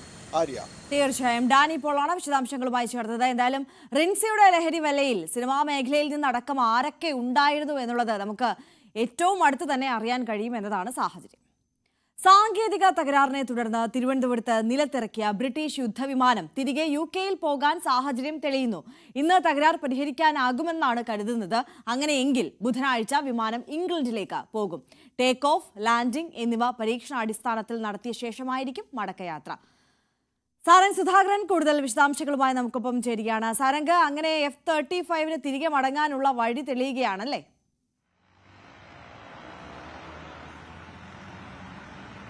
തീർച്ചയായും ആര്യ, ഒരു മാസത്തോളമായി ഇത്തരത്തിൽ തിരുവനന്തപുരം അന്താരാഷ്ട്ര വിമാനത്താവളത്തിൽ ഈ F-35B എന്നൊരു അത്യാധുനിക യുദ്ധവിമാനം കുടുങ്ങിക്കിടക്കാൻ തുടങ്ങിയിട്ട് ഈയിടെ വന്ന 14-അംഗ സംഘം, അതായത് ഈ ലോക്ഹീഡ് മാർട്ടിൻ ഈ വിമാനത്തിന്റെ കമ്പനിയിൽ നിന്നടക്കമുള്ള വിദഗ്ധ സംഘമാണ് നിലവിൽ ഈ ഒരു അറ്റകുറ്റപ്പണികളുമായി മുന്നോട്ട് പോകുന്നത്. ഈ ഒരു ഹൈഡ്രോളിക് സംവിധാനത്തിനേറ്റ തകരാറാണ് ഇത്തരത്തിൽ ഈ ഒരു വിമാനം ഇവിടെ കുടുങ്ങിക്കിടക്കാനുള്ള സാഹചര്യം ഉണ്ടായത്. മാത്രമല്ല, ഈ ഒരു തകരാർ പരിഹരിക്കുന്നതിനോടൊപ്പം തന്നെ ഈ ഒരു തകരാറിലേക്ക് എത്താനുള്ളൊരു കാരണം എന്താണെന്ന് കൂടി പഠിച്ചതിന് ശേഷം പഠനം കൂടി ഇതിനൊപ്പം നടക്കുന്നുണ്ട്. കാരണം ഇത്തരത്തിലൊരു അഭിമാനത്തിനേറ്റ ഒരു ക്ഷതം എന്ന രീതിയിലാണ് ഈ ഒരു F-35B വിമാനത്തിന്റെ കാര്യത്തിൽ നമുക്ക് നോക്കുകയാണെങ്കിൽ കാണാൻ കഴിയുന്നത്. ഇത്തരത്തിൽ ഈ ഒരു പരിഹാരത്തിലേക്ക് എത്തുകയാണെന്നുണ്ടെങ്കിൽ തന്നെ ഉടനടി ഇവിടെ നിന്നും മാറ്റുന്ന ഒരു സാഹചര്യം ഉണ്ടാവില്ല. അതിനു പകരം ഈ ഒരു വിമാനം ഇവിടുന്ന് പരീക്ഷണ പറക്കലും ടേക്ക് ഓഫും ലാൻഡിങ്ങും എല്ലാം ചെയ്തതിന് ശേഷം മാത്രം മുഴുവനായും സുരക്ഷ ഉറപ്പാക്കിയതിനു ശേഷം മാത്രമായിരിക്കും മുന്നോട്ട് കൊണ്ടുപോകുക. കാരണം ഇത്രയും ദൂരം സഞ്ചരിക്കേണ്ടതുണ്ട്. മാത്രമല്ല, ഇത്തരത്തിലൊരു ഒരു മാസമായി കുടുങ്ങിക്കിടക്കുന്ന ഈ വിമാനത്തിന് മറ്റ് തകരാറുകളുണ്ടോ? കാരണം ഈ ഒരു ഹൈഡ്രോളിക് സംവിധാനത്തിനൊപ്പം തന്നെ ഇതിനെ നിർത്തിയിട്ടതിന്റെ ഭാഗമായി ഉണ്ടാകുന്ന വേറെ എന്തെങ്കിലും തകരാറുകളുണ്ടോ എന്നൊക്കെ പരിശോധിച്ച് 100% ഉറപ്പാക്കിയതിനു ശേഷം മാത്രമായിരിക്കും ഇവിടെ നിന്ന് മാറ്റുക. അല്ലാത്ത പക്ഷം നമ്മൾ മുൻപേ റിപ്പോർട്ട് ചെയ്ത പോലെ തന്നെ മറ്റൊരു വലിയ യുദ്ധവിമാനം എത്തി ഇത്തരത്തിൽ അഴിച്ചു കൊണ്ടുപോകുന്നൊരു കാര്യവും പരിഗണനയിലുണ്ട്. പക്ഷേ ഏറ്റവും മുന്നോട്ട് നിൽക്കുന്നത് കാരണം ഇവിടുന്ന് പറത്തിക്കൊണ്ടുപോകാനുള്ള സാഹചര്യം തന്നെയാണ്. നിലവിൽ ഈ ഒരു ഹൈഡ്രോളിക് തകരാറുകൾ ഏകദേശം പരിഹരിച്ചു കഴിഞ്ഞു എന്നാണ് നമുക്ക് ലഭിക്കുന്ന വിവരം. അത്തരത്തിലെങ്കിൽ ബുധനാഴ്ചയോടുകൂടി ഇവിടെ നിന്നും മടങ്ങിപ്പോകുമെന്നാണ് നമുക്ക് ലഭിക്കുന്ന വിവരം. ആര്യ, തീർച്ചയായും സാരംഗ് സുധാകരനാണ് വിശദാംശങ്ങളുമായി ചേർത്തത്. BJPക്കെതിരെ മുഖപ്രസംഗവുമായി ദീപിക. രാജ്യത്തെ ക്രൈസ്തവ പീഡനങ്ങളോട് അരുതെന്ന് പറയാതെയാണ് കേരളത്തിലെ ക്രൈസ്തവരെ കൂടെ കൂട്ടാൻ BJP പദ്ധതിയിടുന്നത്. BJPയുടെ ഈ ഇരട്ടത്താപ്പ് അങ്ങേയറ്റം അപമാനകരമാണ്. ഇരട്ടത്താപ്പ് അവസാനിപ്പിച്ച സമീപനത്തിൽ വ്യക്തത വരുത്താൻ BJP തയ്യാറാകണമെന്നും ദീപിക മുഖപ്രസംഗത്തിൽ ആവശ്യപ്പെടുന്നു. ശ്രീജിത്ത് കൂടുതൽ വിശദാംശങ്ങളുമായി നമുക്കൊപ്പം ചേരുകയാണ്. ശ്രീജിത്ത്, കേരളത്തിൽ കളം നിറയാൻ BJP അഹോരാത്രം പ്രവർത്തിക്കാൻ ഇറങ്ങിത്തിരിക്കുന്നതിനിടയിലാണ് ഈ വലിയ വിമർശനം ഉയർന്നു വരുന്നത് എന്നതാണ് അതിന്റെ രാഷ്ട്രീയ പ്രസക്തി, അല്ലേ?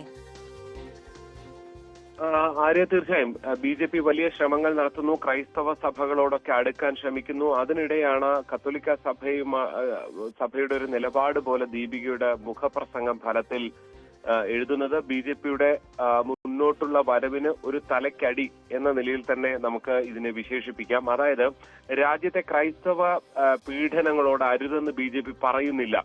ഇത് പറയാതെയാണ് കേരളത്തിൽ BJP ക്രൈസ്തവരോട് ചേരാൻ ശ്രമിക്കുന്നത്. ഇത് ഒരു ഇരട്ടത്താപ്പാണ്, ഇത് അപമാനകരമാണെന്ന് ദീപിക എഡിറ്റോറിയലിൽ കുറിക്കുകയാണ്. അതായത്, ഒഡീഷ, മഹാരാഷ്ട്ര സംസ്ഥാനങ്ങളിലൊക്കെ ക്രൈസ്തവ പീഡനങ്ങൾ നടക്കുന്നു. അതിൽ BJP ഒത്താശ ചെയ്യുകയാണ്. ഈ ക്രൈസ്തവർ നിർണായകമായ സംസ്ഥാനങ്ങളുണ്ട്, അവിടെ മാത്രമാണ് BJP ക്രൈസ്തവർക്കൊപ്പം എന്ന് വരുത്താൻ ശ്രമിക്കുന്നത്. ഈ കത്തോലിക്ക വൈദികരെക്കെതിരെ ആക്രമണം നടത്തുന്നവർക്ക് ഏതാണ്ട് 11 ലക്ഷം രൂപ വരെ മഹാരാഷ്ട്രയിലെ ഒരു MLA പാരിതോഷികം പ്രഖ്യാപിച്ചു. ഈ സാമൂഹിക സേവനത്തെയാണ് മതപരിവർത്തനം എന്ന് BJP ചിത്രീകരിക്കുന്നത് എന്നുകൂടി വരുത്തുകയാണ്. ഈ ഇരട്ടത്താപ്പ് സമീപനം അതിലൊരു വ്യക്തത BJP വരുത്തണം എന്നുള്ളതാണ്. നമുക്കറിയാം, പല ഘട്ടങ്ങളിലും ദീപിക നേരത്തെ BJPയെ അനുകൂലിച്ച് രംഗത്ത് വന്നിട്ടുണ്ട്. സമീപകാലത്ത് പക്ഷേ BJPയെ വിമർശിക്കുന്ന മുഖപ്രസംഗങ്ങളും ലേഖനങ്ങളുമാണ് ദീപികയിൽ നിറയുന്നത് എന്നുള്ളതാണ്. ഇത് സഭയുടെ തന്നെ നിലപാടാണോ എന്നുള്ളത് തീർച്ചയായും കാത്തിരുന്ന് തന്നെ കാണേണ്ടതാണ്. പക്ഷെ സമീപകാലത്ത് ഇതിന് തൊട്ടു മുൻപും വന്നൊരു ലേഖനം BJPയെ അതിരൂക്ഷമായി വിമർശിക്കുന്നതായിരുന്നു. ഇവിടെയും ഒരുപക്ഷെ ക്രൈസ്തവ സഭകളുമായിട്ടുള്ള ബന്ധത്തിന് അതിന്റെ കടക്കൽ കത്തിവെക്കുന്ന നിലയിൽ എന്ന് തന്നെ BJPയുടെ ഒരു നീക്കത്തിന് കത്തിവെക്കുന്ന നിലയിൽ തന്നെയുള്ളൊരു പരാമർശങ്ങളാണ് യഥാർത്ഥത്തിൽ ഉണ്ടായിരിക്കുന്നത് എന്ന് തന്നെ കൃത്യമായി എടുത്തു പറയണം. എന്തായാലും അതിരൂക്ഷ വിമർശനമാണ് ദീപിക മുഖപ്രസംഗത്തിൽ, അതായത് ഒരു പത്രത്തിന്റെ നിലപാട് സ്വാഭാവികമായിട്ട് പറയുന്നത് മുഖപ്രസംഗത്തിലാണ്. ആ മുഖപ്രസംഗത്തിൽ തന്നെ നിലപാട് വ്യക്തമാക്കിയിരിക്കുന്നത്. ആര്യ, തീർച്ചയായും ശ്രീജിത്താണ് വിശദാംശങ്ങളുമായി ചേർത്തത്. എന്തായാലും വോട്ട് ബാങ്ക് മാത്രം ലക്ഷ്യം വെച്ച് ഞങ്ങളോട് കൂടാൻ വരേണ്ട എന്ന നിലപാട് സ്വീകരിക്കുകയാണ്. അത് BJPയോട് പറയുകയാണ് കത്തോലിക്ക സഭ. ഇനി സഭയുടെ ഒരു അഭിപ്രായം, നിലപാട് എന്ന നിലയിൽ തന്നെയാണോ ഈ മുഖപ്രസംഗം വന്നത് എന്നതുകൂടി നമുക്ക് വരും മണിക്കൂറുകളിൽ കണ്ടറിയാം. സഭാ വക്താക്കൾ ഈ വിഷയത്തിൽ പ്രതികരിക്കും ഉറപ്പായും. തിരുവനന്തപുരം നഗരസഭ പിടിക്കാനുള്ള കർമ്മ പദ്ധതിയുമായി BJP സർക്കാരിനെതിരെയുള്ള സമര പരിപാടികളോടൊപ്പം നഗരസഭാ ഭരണം BJPക്ക് ലഭിച്ചാൽ നടപ്പാക്കാൻ പോകുന്ന ബൃഹത് പദ്ധതികൾ വിവരിച്ചുള്ള ക്യാമ്പയിൻ അടക്കമാണ് ആലോചനയിൽ ഉള്ളത്. വളരെ വൈകാതെ പ്രചാരണം ആരംഭിക്കണമെന്ന നിർദ്ദേശം സംസ്ഥാന നേതൃത്വം ജില്ലാ ഘടകത്തിന് നൽകിക്കഴിഞ്ഞു. നഗരസഭ ഇടതുപക്ഷം ഭരിക്കുമ്പോഴും പരിമിത സാഹചര്യത്തിൽ നിലവിലെ BJP കൗൺസിലർമാർ വാർഡ് തലത്തിൽ നടപ്പാക്കിയ പദ്ധതികൾ ഉയർത്തിക്കാട്ടിയും പ്രചാരണം വ്യാപകമാക്കും. 101 സീറ്റുകളായി ഉയരുന്ന നഗരസഭയിൽ 17 വാർഡുകൾ കൂടി നേടിയാൽ NDAക്ക് കേവല ഭൂരിപക്ഷം ലഭിക്കും. ഇത് അസാധ്യമല്ലെന്ന വിലയിരുത്തലാണ് BJPക്കുള്ളത്. നിലമ്പൂർ ഉപതെരഞ്ഞെടുപ്പുണ്ടായെങ്കിലും രാജീവ് ചന്ദ്രശേഖർ സംസ്ഥാന അധ്യക്ഷനായ ശേഷം ആദ്യമായി നേരിടുന്ന രാഷ്ട്രീയ വെല്ലുവിളിയാണ് തദ്ദേശ തിരഞ്ഞെടുപ്പ്. 45 വർഷമായി ഇടതുപക്ഷം ഭരിക്കുന്ന നഗരസഭയിൽ അധികാരം നേടാനുള്ള വിവിധ വഴികളാണ് BJP തേടുന്നത്. നിയമന അഴിമതി തുറന്നുകാട്ടി സമരപരിപാടിക്ക് തുടക്കം കുറിക്കും. താൽക്കാലിക ശുചീകരണ തൊഴിലാളികളായി നിയമിക്കപ്പെടുന്നവർ CPMകാരായതിനാൽ പണിയെടുക്കാതെ ഒപ്പിട്ടു പോകുമ്പോൾ മാലിന്യ സംസ്കരണം മുതൽ കാട് വെട്ടിത്തെളിക്കലും തെരുവുനായ ശല്യവും വരെ പരിഹരിക്കപ്പെടാതെ പോകുന്നുവെന്ന വാദം തിരഞ്ഞെടുപ്പ് രംഗത്തുയർത്തും. ഇൻഡോർ മോഡൽ ശുചീകരണ പ്ലാന്റ് BJP മുന്നോട്ട് വയ്ക്കുന്ന വാഗ്ദാനമാകും. IT മേഖലയിൽ കൂടുതൽ അടിസ്ഥാന സൗകര്യം മുതൽ വിഴിഞ്ഞം പദ്ധതിയുടെ സാധ്യതകൾ പരമാവധി പ്രയോജനപ്പെടുത്തുന്ന നഗരസഭയുടെ തനത് പദ്ധതികളുമുണ്ടാകും. നിലവിൽ ഏറ്റവും മികവ് പുലർത്തിയ കൗൺസിലർമാരെ വീണ്ടും സ്ഥാനാർത്ഥിയായി പരിഗണിക്കും. വാർഡുകൾ മാറി മത്സരിക്കേണ്ട നിലയുണ്ടായാലും ഇവർക്ക് സീറ്റ് ഉറപ്പാക്കും. സജീവ രാഷ്ട്രീയത്തിലില്ലാത്ത എന്നാൽ ജനകീയരായ വ്യക്തികളുടെ പട്ടികയും വാർഡ് അടിസ്ഥാനത്തിൽ തയ്യാറാക്കുന്നുണ്ട്. LDFിലും UDFിലും നേതൃത്വങ്ങളുമായി ഇടഞ്ഞു നിൽക്കുന്നവരുമായും ചർച്ചകൾ നടക്കുന്നു. VV Vinod, news desk, news 18. Police telecommunication inspector Jaison അലക്സിന്റെ മരണത്തോടെ വീണ്ടും സേനയിലെ ആത്മഹത്യ ചർച്ചയാവുകയാണ്. അമിത ജോലിഭാരത്തെ തുടർന്നാണ് ഉദ്യോഗസ്ഥന്റെ ആത്മഹത്യ എന്നാണ് കുടുംബത്തിന്റെ ആരോപണം. അമിത ജോലിഭാരത്താൽ ജീവനൊടുക്കിയ മറ്റൊരു സംഭവമാവുകയാണ് ജെയ്സന്റെ മരണം. 5.5 വർഷത്തിനിടെ 90 പോലീസുകാരാണ് സേനയിൽ ആത്മഹത്യ ചെയ്തത്. പോലീസ് സേനയിലെ തീരാശാപമാവുകയാണ് അമിത ജോലിഭാരമെന്ന ഭീകരത. കമ്പ്യൂട്ടർവൽക്കരണം നടപ്പായപ്പോൾ പണി കുറയുമെന്ന് സാധാരണ പോലീസുകാർ പ്രതീക്ഷിച്ചു. എന്നാൽ മേലധികാരികൾ ചെയ്യേണ്ട ജോലി കൂടി പോലീസുകാരുടെ തലയിലായി. കുടുംബത്തിൽ പ്രധാനപ്പെട്ട ചടങ്ങ് നടന്നാൽ പോലും പങ്കെടുക്കാൻ കഴിയാത്ത സാഹചര്യത്തിൽ ഉദ്യോഗസ്ഥരുടെ അവസ്ഥ മനസ്സിലാക്കി കഴിഞ്ഞ വർഷം പോലീസ് ആസ്ഥാനം ഉത്തരവിറക്കി. നൽകാൻ കഴിയുന്ന പരമാവധി അവധികൾ ഉദ്യോഗസ്ഥർക്ക് നൽകണമെന്ന്. യോഗയും കൗൺസലിംഗുമൊക്കെ കൊണ്ടുവന്നു. പക്ഷേ ഇതൊന്നുമല്ല അടിസ്ഥാന പ്രശ്നമെന്ന് ദുരിതം പേറുന്ന പോലീസുകാർ പറയുന്നു. ഉദ്യോഗസ്ഥ മേലാളത്വത്തിൻ്റെ മനസ്ഥിതി മാറാതെ കാര്യങ്ങൾക്ക് ഒരു മാറ്റവും ഉണ്ടാകില്ലെന്ന ചർച്ചയാണ് ഇപ്പോൾ പോലീസുകാരുടെ വാട്സപ്പ് ഗ്രൂപ്പുകളിൽ സജീവമാകുന്നത്. കഴിഞ്ഞ വർഷം ഇതേ മാസം ഒരാഴ്ചക്കിടെ ആത്മഹത്യ ചെയ്തത് 5 പോലീസുകാരായിരുന്നു. ASI ജിമ്മി ജോർജ് പോലീസ് അക്കാഡമിയിലെ പഴയ ആശുപത്രി കെട്ടിടത്തിൽ തൂങ്ങി മരിച്ചു. ആലപ്പുഴ എയർ ക്യാമ്പിലെ പോലീസ് ഡ്രൈവർ സുധീഷിനെ വീടിനുള്ളിൽ തൂങ്ങി മരിച്ച നിലയിൽ കണ്ടെത്തി. എറണാകുളം ഇൻഫോ പാർക്ക് സ്റ്റേഷനിലെ CPA മധുവിനെ വീട്ടിൽ തൂങ്ങി മരിച്ച നിലയിൽ കണ്ടെത്തുകയായിരുന്നു. വണ്ടൻമേട് സ്റ്റേഷനിലെ കോൺസ്റ്റബിൾ രതീഷിനെ ലോഡ്ജിൽ മരിച്ച നിലയിൽ കണ്ടെത്തി. വിഴിഞ്ഞം സ്റ്റേഷനിലെ ASI ജോർജ് കുരുവിളയെ കോട്ടയത്തെ വീട്ടിൽ മരിച്ച നിലയിൽ കണ്ടെത്തി. ഇപ്പോൾ ജെയ്സൺ അലക്സിൻ്റേതടക്കം ഒട്ടുമിക്ക ആത്മഹത്യകളും അമിത ജോലിഭാരത്തെ തുടർന്നാണ്. തുടർച്ചയായി 48 മണിക്കൂർ വരെ ജോലി ചെയ്യേണ്ട സാഹചര്യമുണ്ടാകാറുണ്ട്. കുറ്റാന്വേഷണം, ക്രമസമാധാന പാലനം, VIP ഡ്യൂട്ടി, ജനമൈത്രി, കോടതി ജോലികൾ തുടങ്ങി ദൈനംദിനം ഒട്ടനവധി പ്രവൃത്തികൾ ചെയ്യേണ്ടതുണ്ട്. ആൾക്ഷാമത്തിന് പരിഹാരം കാണുക എന്നതാണ് പ്രധാന വിഷയമായി ഉദ്യോഗസ്ഥർ ചൂണ്ടിക്കാട്ടുന്നത്. VV Vinod, news desk, news 18. 5.5 വർഷത്തിനിടെ 90 പോലീസുകാർ ആത്മഹത്യ ചെയ്യേണ്ടി വന്ന സാഹചര്യം എന്ന് പറയുന്നത് അത് വളരെ ഭീകരമാണ്. എന്നാലും നമുക്കിനി സ്പെഷ്യൽ ഡേ സെഗ്മെന്റിലേക്ക് കടക്കാം. സ്പെഷ്യൽ ഡേ സെഗ്മെന്റിൽ ആരാണ് നമുക്കൊപ്പം സ്പെഷ്യൽ ഡേ ആഘോഷിക്കാൻ എത്തിയിരിക്കുന്നത് എന്ന് നോക്കാം. അപ്പോൾ ഇന്നൊരു കുഞ്ഞു മിടുക്കൻ്റെ പിറന്നാളാണ്. കാശിനാഥ് S-ന്റെ ജന്മദിനം. അപ്പോൾ ആശംസകൾ അറിയിക്കുന്നത് അച്ഛൻ സനിലും അമ്മ ശില്പയും അനിയത്തി ശിവാനിയും അനിയൻ ദ്വിതിക്കുമാണ്. അപ്പോൾ കാശിനാഥിന് എല്ലാവിധ ആശംസകളും അറിയിക്കുകയാണ്. എ വെരി ഹാപ്പി ബർത്ത്ഡേ മോനെ.